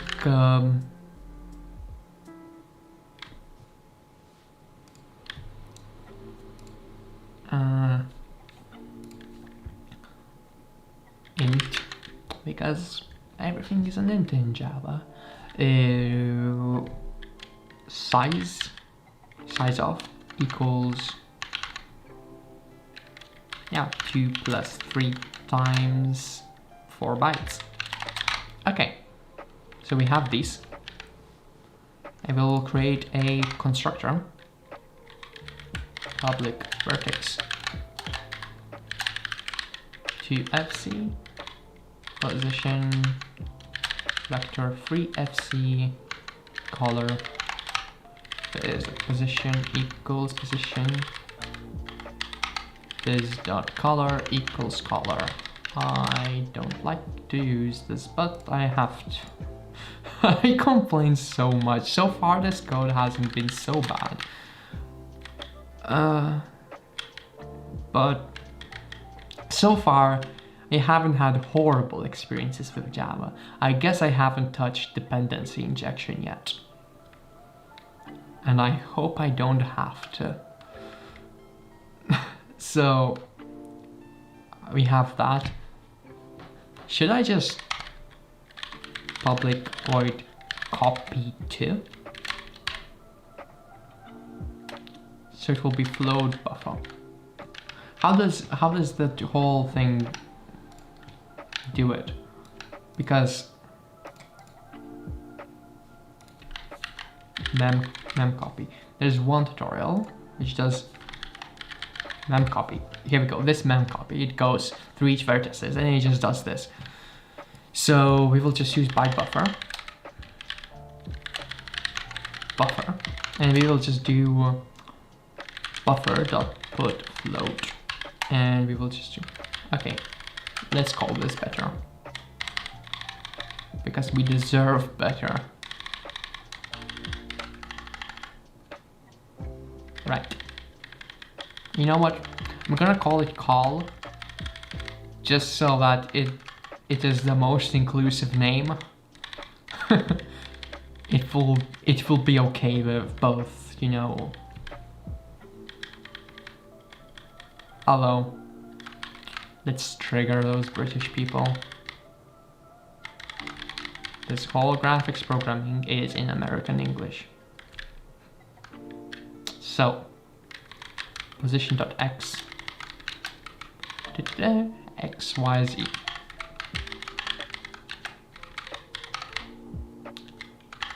Color.x.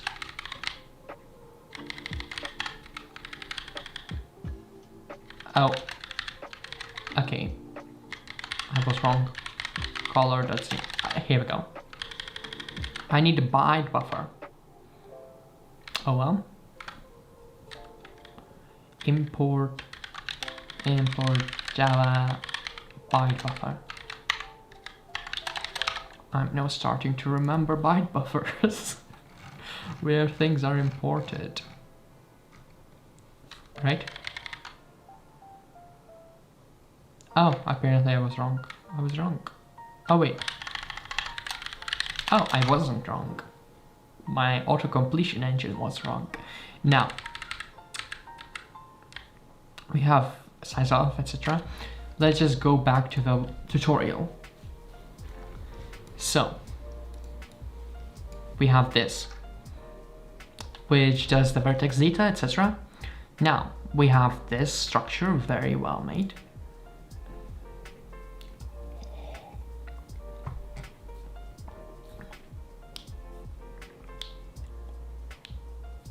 So, we have the input rate, etc.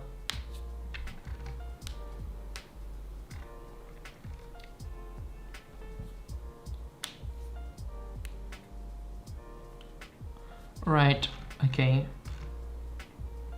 So we have two attribute descriptors, two attribute descriptions.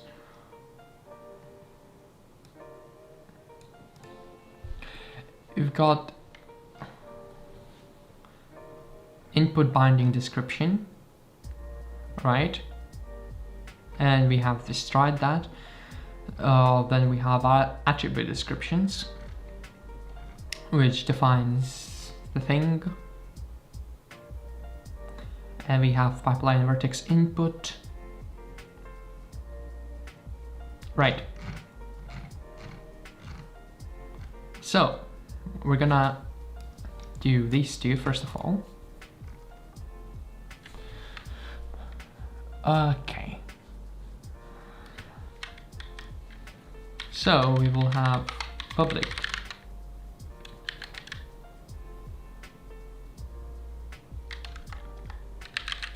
static vertex input binding description, get binding description, and we just pass the memory stack. Right? So we just have binding description equals dot calloc stack.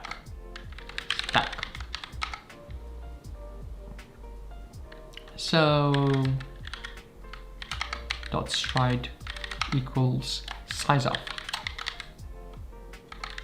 binding description dot input rate is vertex input rate vertex. Right, so we want to do it per vertex, and we're not assigning binding. Well, let's just do it for clarity, although it's not gonna do anything because it's callocked, so that means it's zeroed out by default. Now we have this, and we just return binding description. Okay, and we just do the same thing for public static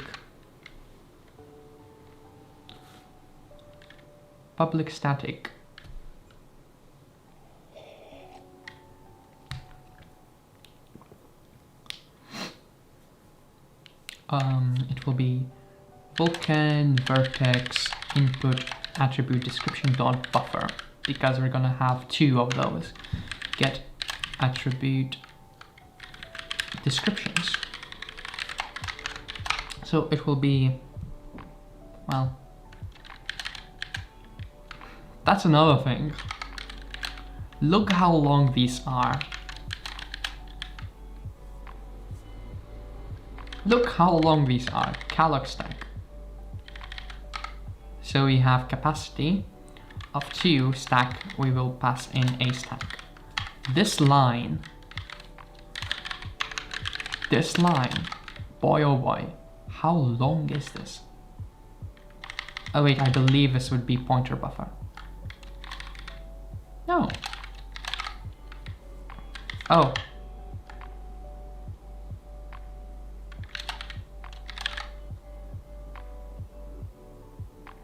Ow, ow, ow, ow, ow, ow.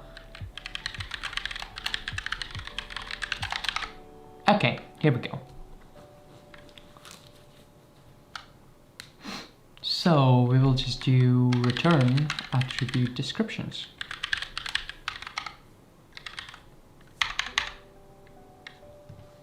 So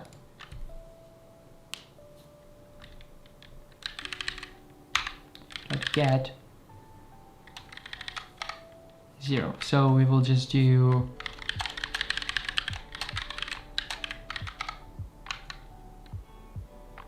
description. It will be pause description equals attribute descriptions dot get 0. All right. At this point, we have this. What Linux distro am I using? It would be Fedora 33 because I'm also very lazy to install Arch. But yeah, it works. It's really stable. I like it. Although I say it's stable, on the last upgrade, systemd failed to start. And the whole upgrade from 32 to 33 was botched. It barely started. Because every single package upgrade failed to fully succeed because it couldn't communicate with systemd services. And it was really horrible. But somehow I managed to get it back up without a recovery. Oh wait, I did use recovery. Never mind. No. Did I use recovery? I don't remember. I don't think I used recovery. Yeah, I think I just managed to do it from the same system. It was really quite something. But I don't know what's up. Yeah, I think it's one of a kind, and I don't think everyone has ever reported it. I should look up logs and report it, but I'm too lazy. Yeah, I should actually. No var. Yeah, about var. Hold on, I need to write down. Report the systemd upgrade bug. I could use var, but then with Lombok, how should I say it? Here's the thing, I'm using our project is Java 8 for starters, so there's no var built in, and you need to use Lombok, which, let's just say, how should I say it? It messes up Javadoc generation. Javadoc doesn't generate, and we need to have proper Javadoc, and then you could say, I can't be harsh to deal with Lombok anymore. You need some dlombok. I looked it up, it was too confusing. So just use explicit types. Because that's the thing. It's kind of crappy when the language needs a, you could say, shit fix. A third-party shit fix to make it good. It's not a good look, but the only reason I'm using it because we were told to. So, all right, I could make my own ramble series like Dark Viper AU. So I need to do the binding 0. Pause description, dot location 0. was description dot format Vulkan format R32G32 has float was description dot offset, and it will be offset of pause. This string got... It's a bit annoying not to use it. So we decided to use it for getters. It's really nice. And it has other nice stuff like non-null checks. Really nice. It's just that a Java doc absolutely fails when you use var. If you could link up a really nice post that tells how to exactly set it up with Maven, it would be really nice. I would really appreciate it, but it's just horrible. To get it to work, it's offset of pause equals 0. It's just like,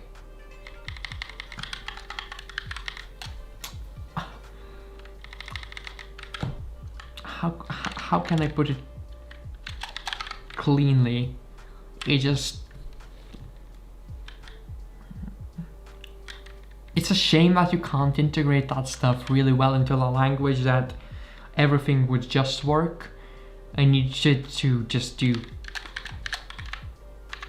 add Lombok as Java agent to like JDT, which is like, come on, can't you work transparently? And I completely closed this, but yeah. So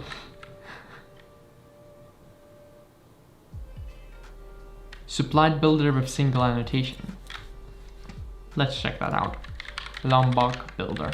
Also, the stream is getting so much traction. Using the best graphics API on the worst language. Builder.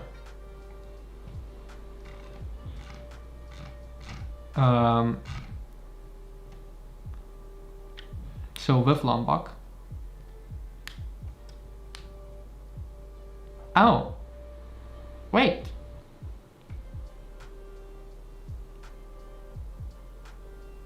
Can I just do that?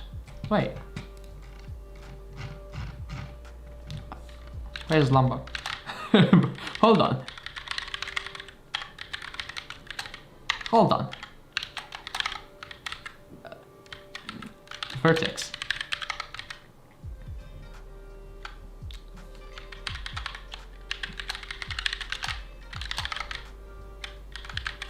Right? Does that work?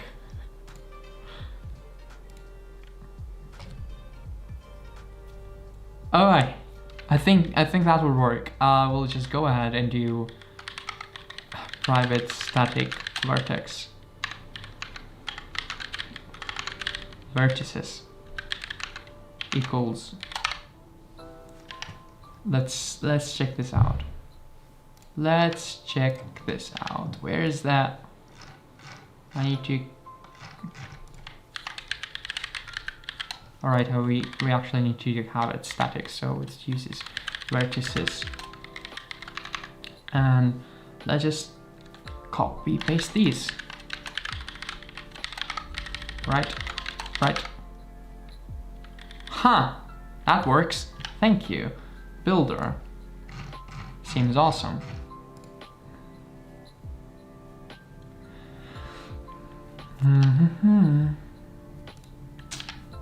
Alright.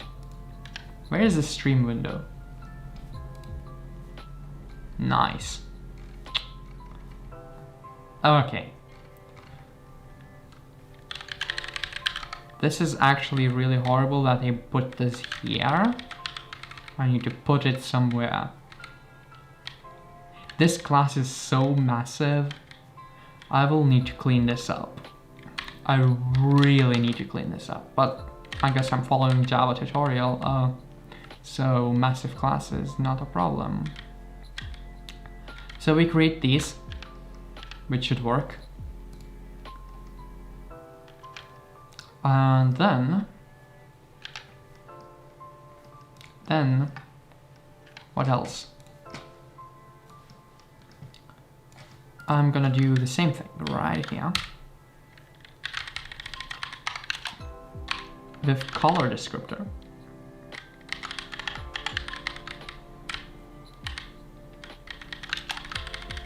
So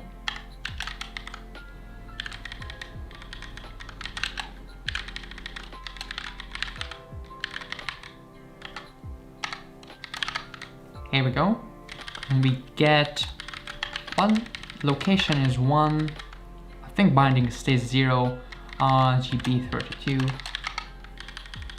offset of call. There we go. That should work. There's a lot of things open. I don't like it. Let's move this here. Let's close this. Here we go. Yes, I use a builder. Yes. Builder works really nicely. Thank you again. Now, back to the Vulkan tutorial, which is what I'm excited about. Yep, location 1. Yep, I got it. I got it well.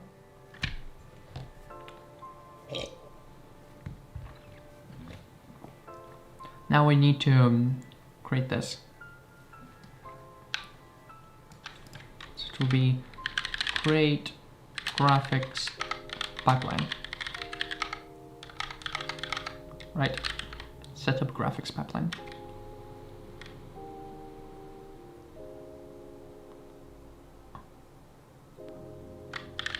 Vertex input info.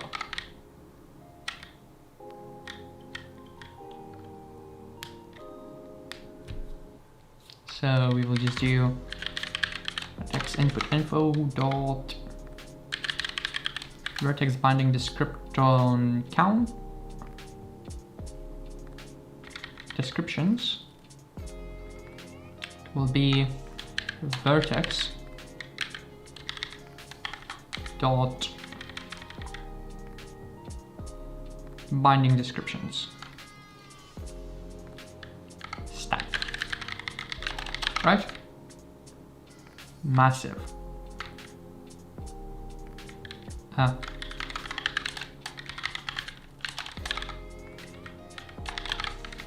Wait.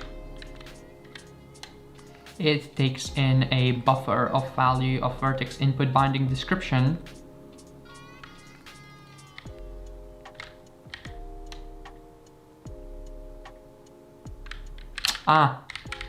Dot buffer. Dot buffer. Here we go. Now, what else? Now we need to vertex attribute descriptions. Vertex input info dot vertex attribute descriptions equals vertex dot get attribute descriptions stack. Nice. Oh, hold on. There we go. Nice, wonderful. So we set that up. Well, that's actually shorter, and we will have validation errors. Maven, compile, execute. Yay. Wait, I need to debug render. Here we go.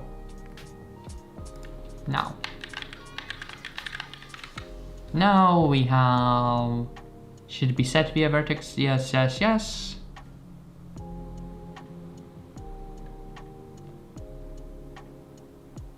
Okay, so we have that. Now we just need to create vertex buffers. Okay, vertex buffer creation, the new.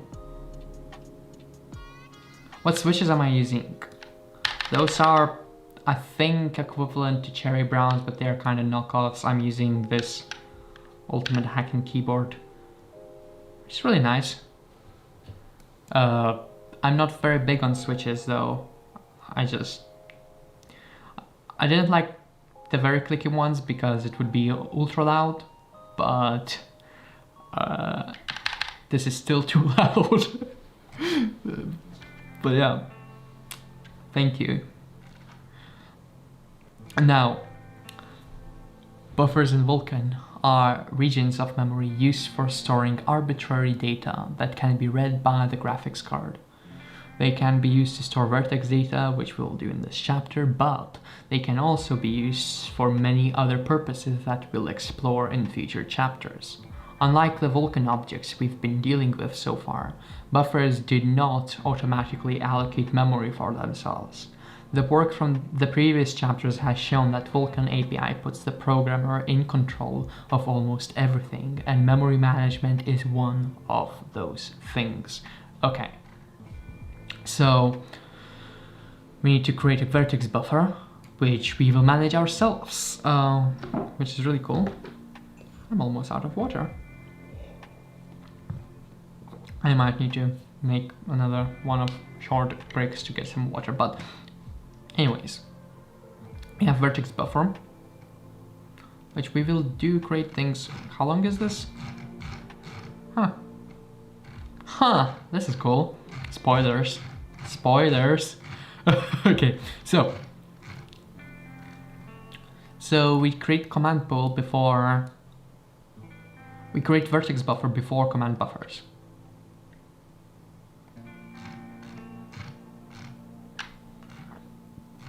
Okay, now we need to just do that.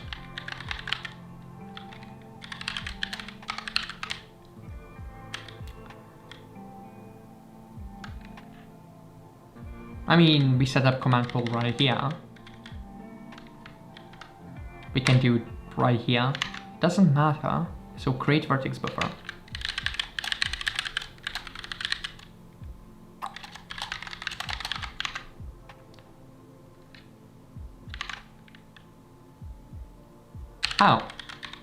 Oh, right, we actually needed to do this before. Yeah.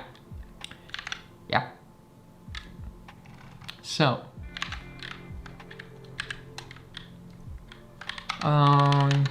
create Vertex buffer. Actually, we need to do this actually before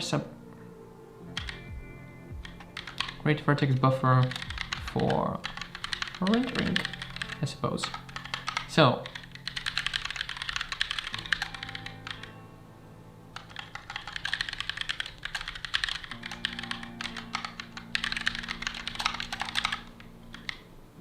okay. Yeah, we need to have naming consistent. Here we go. Setup, Vertex buffer, stack.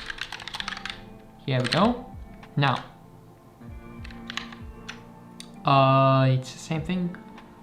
VK buffer create info.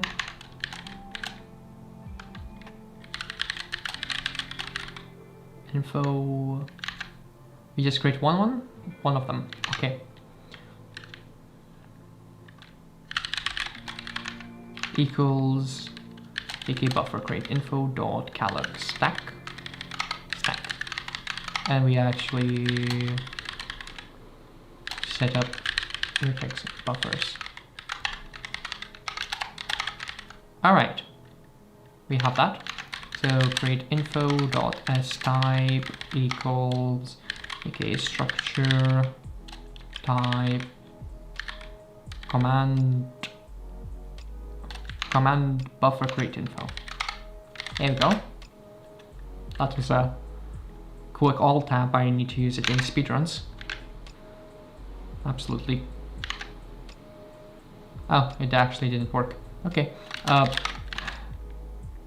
So we have the size. Create info.size. Okay, so we pass the size ourselves. So we do vertices.length plus time multiplied by vertex.sizeof. Nice.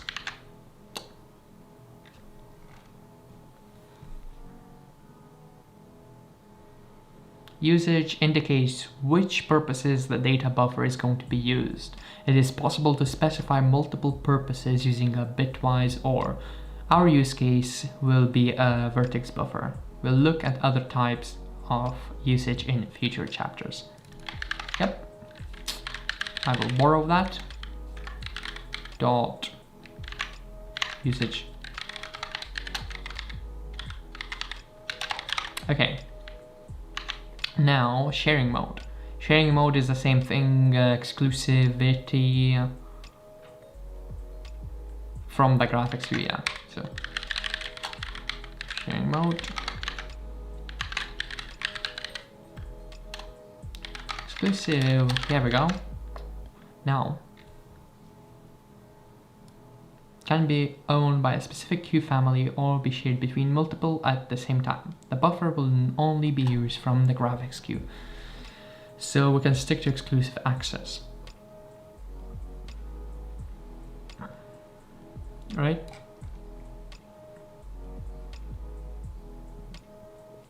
Sparse buffer memory, so we don't have that now, and we create vertex buffer, right? Int res equals okay, create vertex. I create buffer. It just create buffer. Device. Create info. And we need to pass a null and the vertex buffer. And pointer buffer? Or I think long buffer.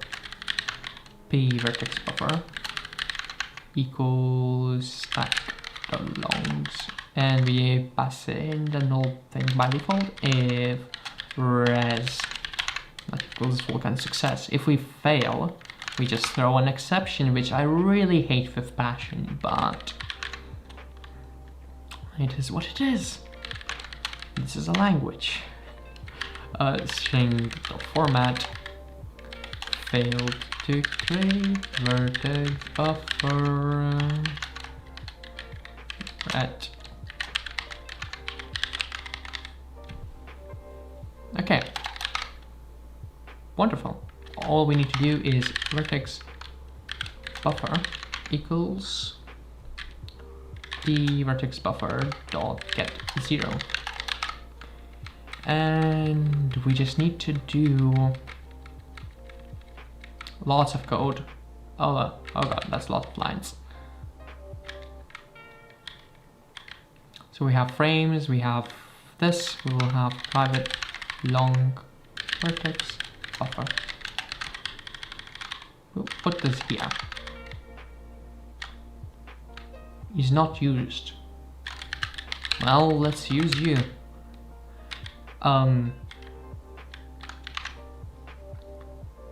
Clean up swap chain. Buffer. Device buffer null. Okay. Oh, it needs to be vertex buffer. Okay, here we go. Nailed it. Alrighty, now we have the vertex buffer. We just need to assign memory. What is aptly? Okay. The buffer has been created, but it doesn't actually have any memory assigned to it yet. The first step of allocating memory for the buffer is to query its memory requirements using the aptly, I suppose, function. Aptly.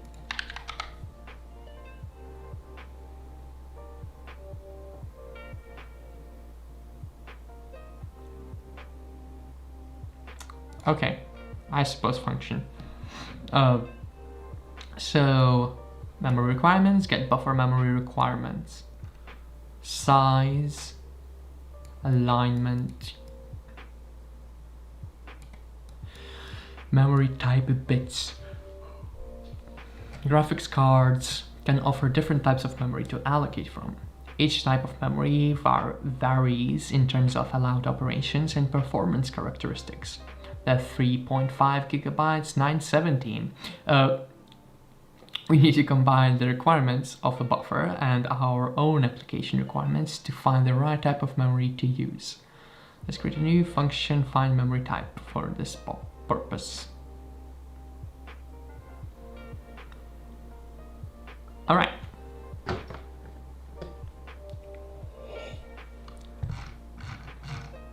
I need water, so I'll be back soonish. Just a few minutes. I'll pop off and be back. Bye.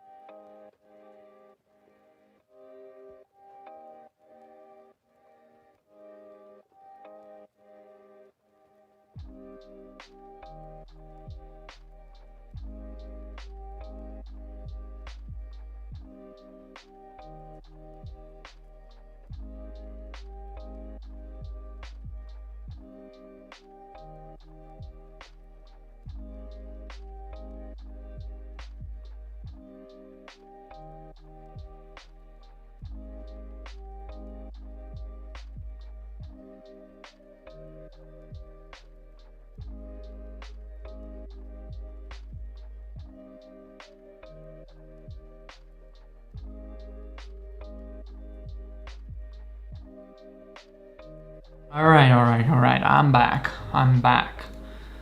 I'll just have a sip of this godly liquid. And we'll be back to using Vulkan.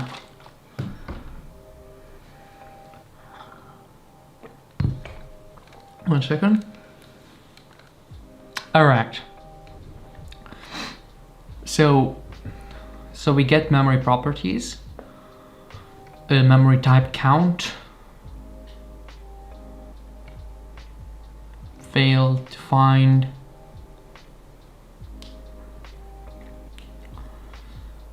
right, we already query that thing, it's really nice, and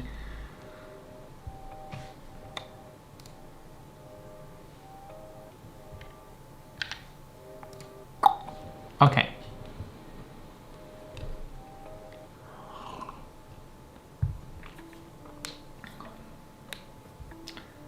So we have this, then we allocate memory, and then we bind some memory, and then we just do the same thing, and then we just fill it up. So first of all, we need to allocate memory requirements. Well, how does this...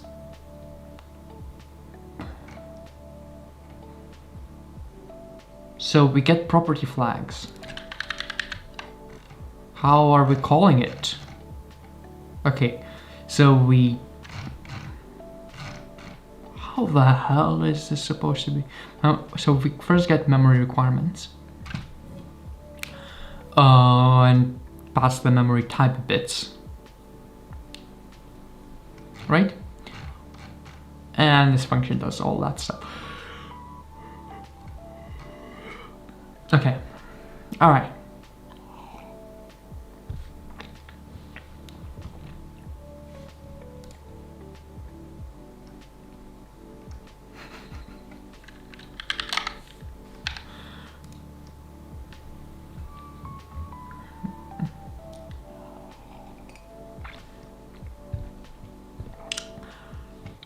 All right.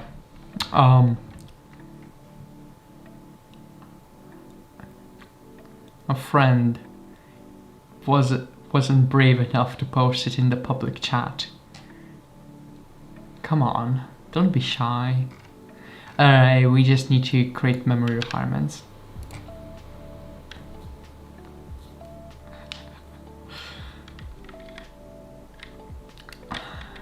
It's godly liquid, not goldly. Alright, now we just need to do the thing. Vertex buffer.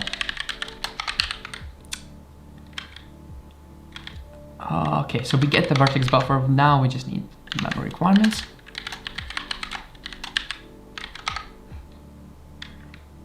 Memory requirements equals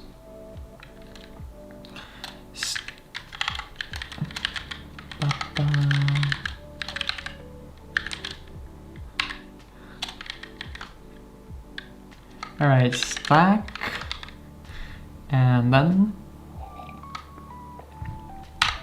we just do memory requirements device buffer memory requirements. Vertex buffer. No, wait. What do we pass through this? Okay. Yeah, we actually passed this through. Okay, this works. Now, we have this thing, we just need to pass through memory, find memory type.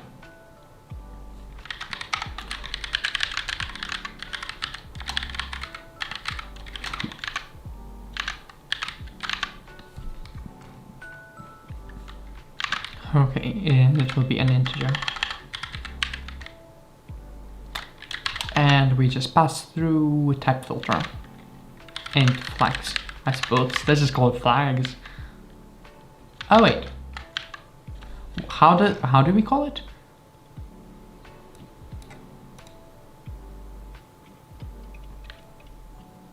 Required flags. Required bits. And then we do int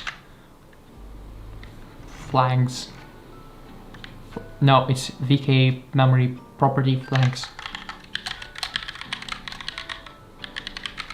Okay, I suppose it's just an int. Hold on. Vulkan tutorial to the rescue. Totally in topic and super relevant. What's in the cup? Okay, I'll be honest. Since this is Java code we're writing, this is not water. It's water plus 40% alcohol because we're coding in Java. And before you go with it, with RStudio we would need 35% alcohol. Slightly better, but not as good. Not very good either. So there's like 1 hour tops, and I'll have to stop streaming. Because I will be physically incapable of streaming. Find memory type.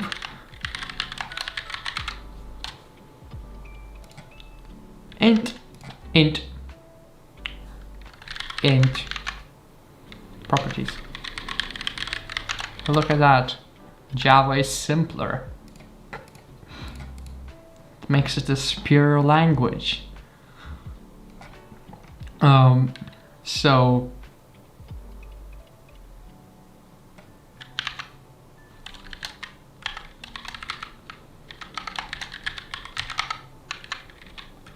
mem properties equals, alright, we need stack. We need to stack.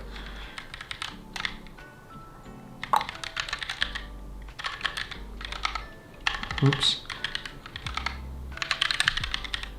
Stack dot. Now we need to use calloc stack. Okay. Then we just go through. Oh wait, we can get physical device memory properties. Imagine having physical device and mem properties. Such a long function line. All right, and we just need to go through runtime exception, failed to find suitable memory type. Okay.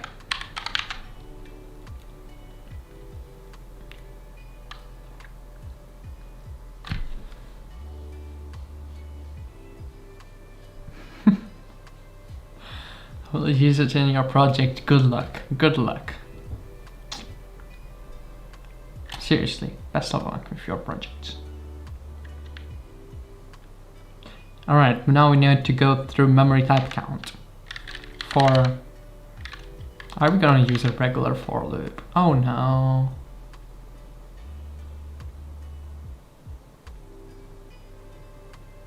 Hold on.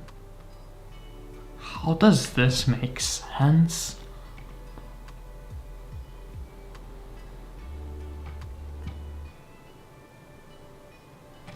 How does this make sense? How does this... The type filter will be used to specify the bit field of memory types that are suitable. That means that we can find index of a suitable memory type by simply iterating over them and checking if corresponding bit is set to 1. However, we're not just interested in memory type that is suitable for the vertex buffer, we also need to be able to write our vertex data to that memory. Memory types array consists of Vulkan memory type structs that specify the heap and properties of each type of memory. The properties define special features of memory, like being able to map it so we can write it from the CPU.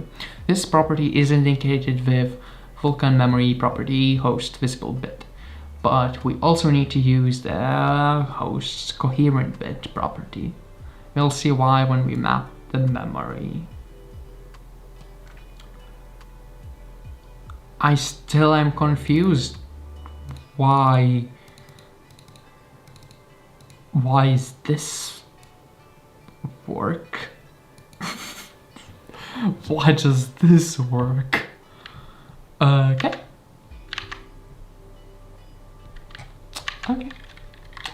For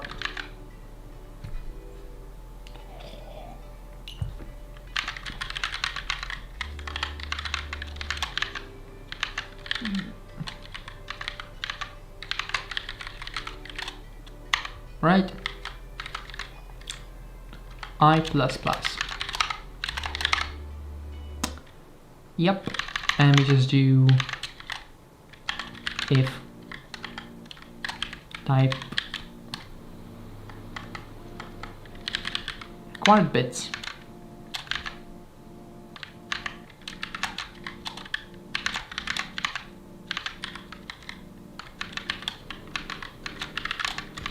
Because, yep, and we just do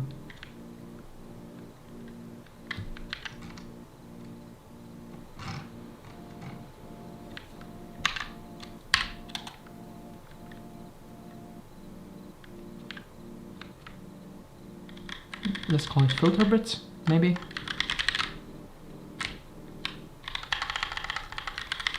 Filter bits. Okay, now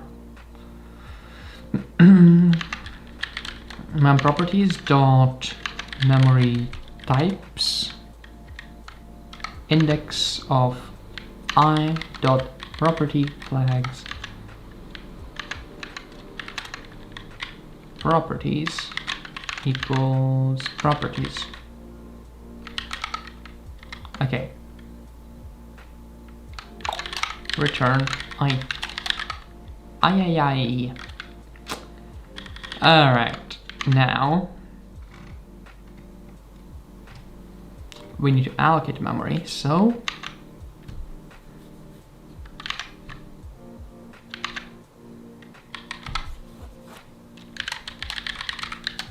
allocate info equals allocate info dot alloc stack. I like to stack. And then we just do allocate info dot s type section memory type equals allocate info, and allocate info dot allocation size equals mem requirements dot size. But then, really important, allocate info dot memory type index.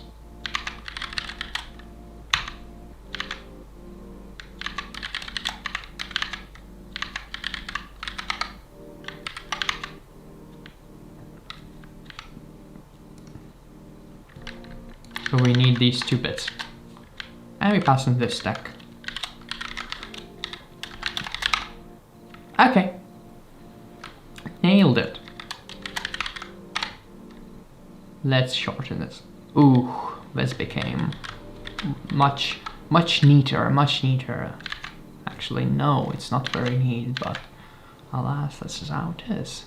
Okay, now then we just need to allocate things.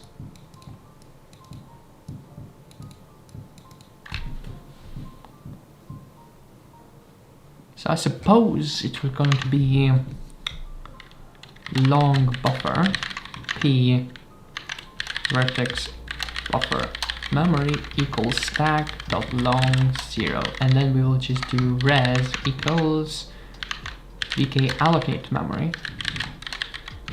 So we have device allocate info null and p vertex buffer memory if res that equals Vulkan success.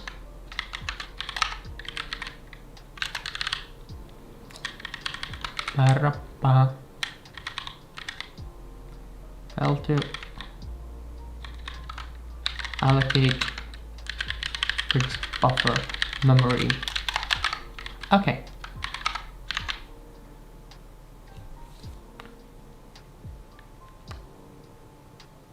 And we just do what? Alright, vertex buffer memory equals p vertex buffer memory dot get 0. Memory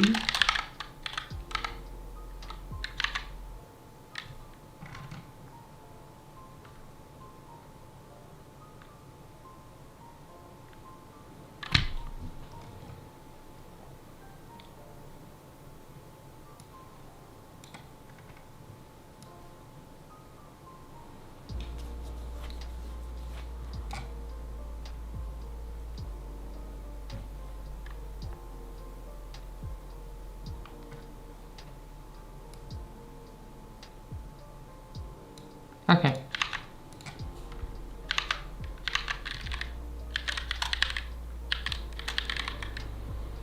Device vertex buffer memory and null. Right, and we actually need to do this. Create vertex buffer. Set up vertex buffer. Here we go. And we just need to do one last thing of this. Oops. Bind device vertex buffer memory. Wonderful. We bound memory. Alright, now we just need to fill this up and it will be wonderful.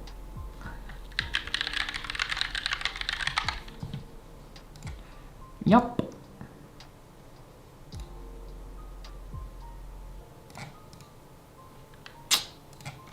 We need to use map memory for Vulkan memory mapping. Which, yep, using Vulkan map memory.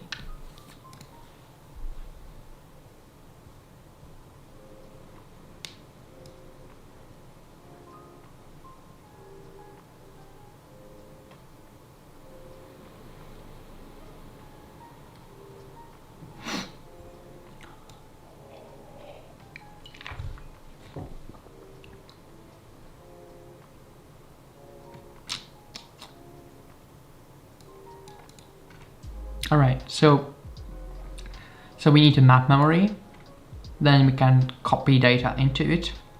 Yeah, you can simply mem copy and unmap it, but it doesn't happen immediately. Use a memory heap that is coherent, or flush and call invalidate memory mapped ranges before reading from map to memory. We went for the first approach, which ensures that mapped memory always matches the contents of the allocated memory. Do keep in mind that this may lead to slightly worse performance than explicit flushing, but we'll see why that doesn't matter in the next chapter. Huh. Okay. We'll see why it doesn't matter in the next chapter. Okay. Yeah, it doesn't matter. Okay. Fair enough. So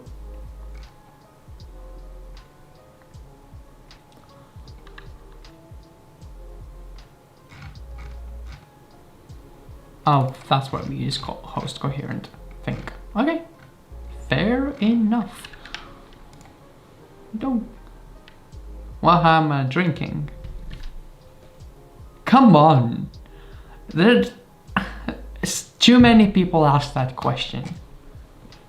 Too many people ask that question. I'm coding in Java. What can I be drinking? What can I be drinking other than vodka?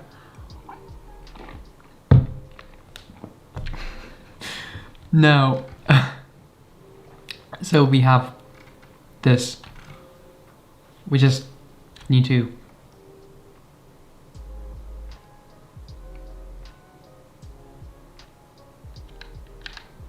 where do we fill this in?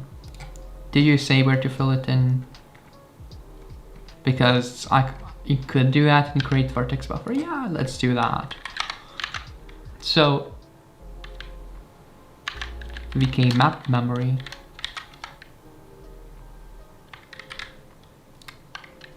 Memory vertex buffer memory. Tell me that isn't actually vodka. We'll see in an hour. Stick around.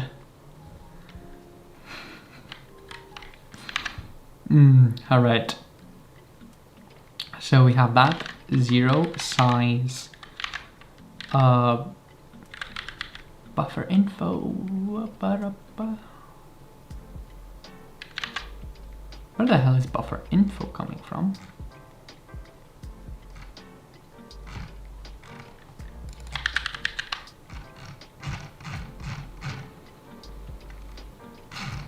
Oh. Oh, I use create info. Create info dot size 0 and data is p data and pointer buffer. I suppose pointer buffer. I'm not sure. P data equals tag pointer 0, right? And we will just do the unmapped memory device vertex buffer memory. And we just do no, we'll need to go ahead and do okay, map memory Oh, get byte buffer. Okay. Byte buffer will speed data dot get byte buffer.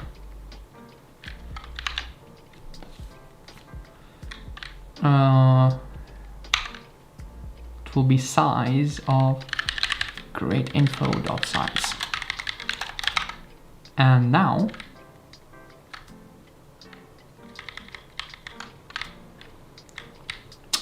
do I need to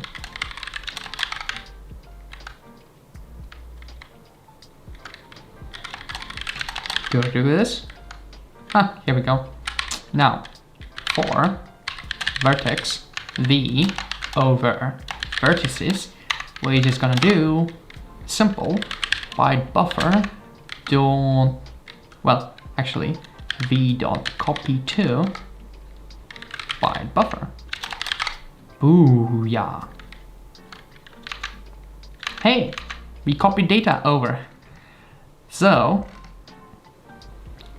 all that remains is to bind it to the vertex buffer. So it will be vkcmd drop.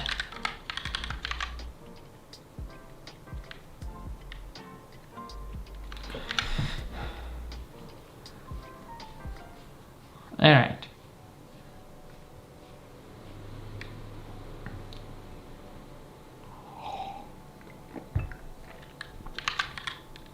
vk bind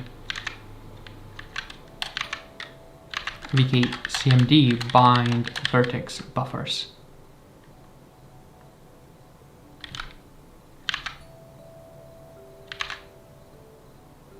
cb first binding 0 b buffers 1. Oh, actually, let's retry this. vkcmd bind vertex buffers. Command buffer cb first binding 0, and then we pass p buffers. Vertex buffers, which will be a pointer buffer, I believe, and offsets will be offsets. So we will just do pointer buffer vertex buffers equals stack dot longs vertex buffers, right? And then pointer buffer, or is it in buffer?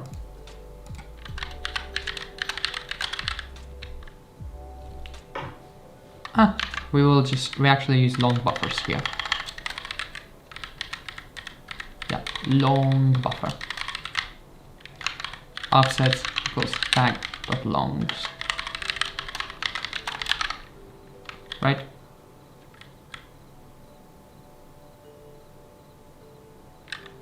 Oh, vertex buffer. There we go.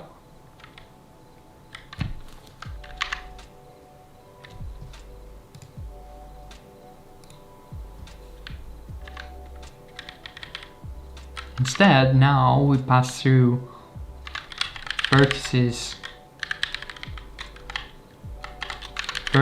dot length.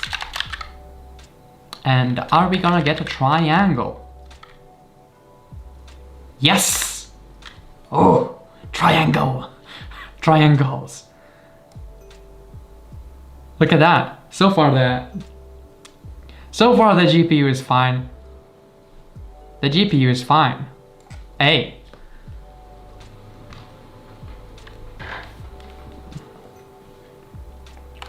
Let me SSH into that. dmask-w. Oh, there weren't any crashes or anything. Good. Good for you. Just to be safe, try get GPU equals LLVM. Because like, I don't know, I want to just be able not to crash this whole thing. But yeah, massive. Look at this. Look at this. All right. Now, I believe what we can do is do some vertices and do something like this. Massive. We can do something like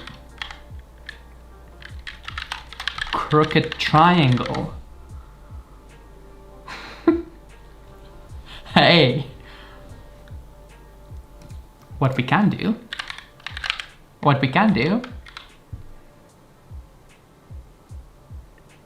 actually I'm not sure how do we do it. Hold on, if we just pass this, right, we pass this through,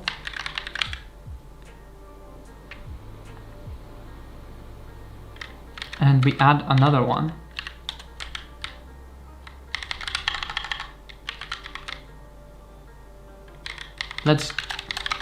I've got no clue how this is gonna work. No.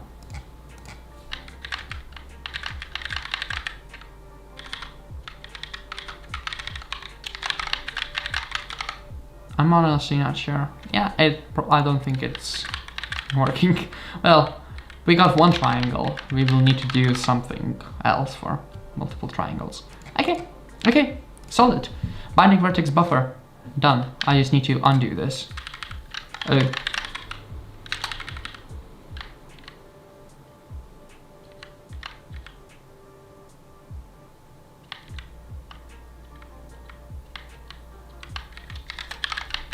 Let's change the color.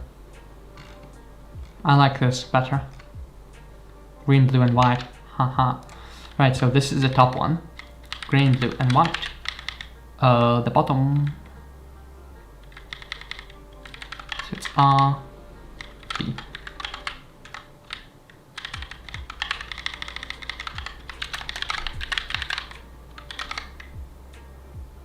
Massive. Wrong, but massive. Wait, these are the bottom ones. Oh, these are the bottom ones. And this is the top one. And we're just gonna do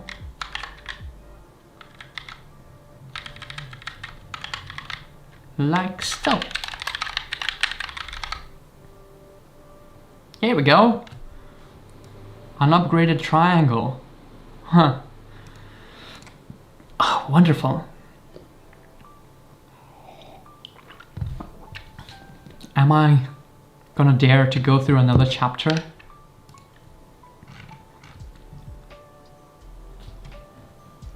Copy. But that takes some work.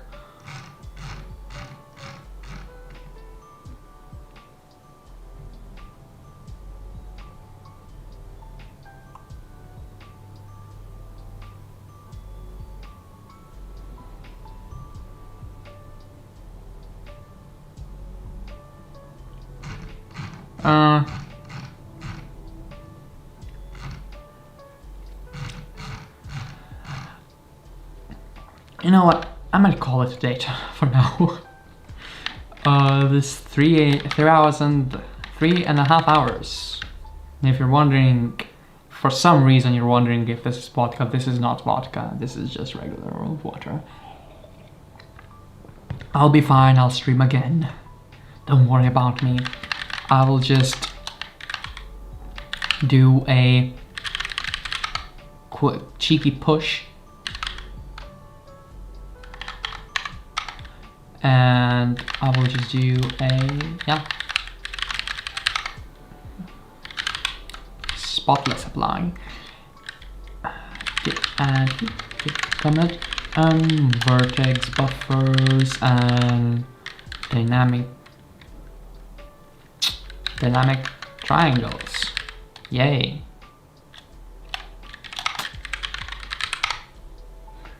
That's enough for today, isn't it? I'll be back tomorrow, I think. No, not tomorrow. I'm not sure. Definitely Thursday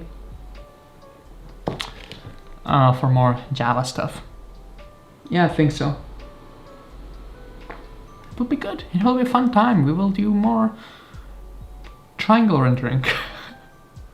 Yeah. Thank you everyone for coming to the stream. I very much appreciate it, and I'll see you in the next time, I guess. Don't forget to overflow the like button, and that helps the channel absolutely tremendously, and hit subscribe for more content like this, and also operating systems content coming soon. And yeah, thank you for watching, and I'll see you next time. Don't forget, my name was Heap, yours was undefined. See ya.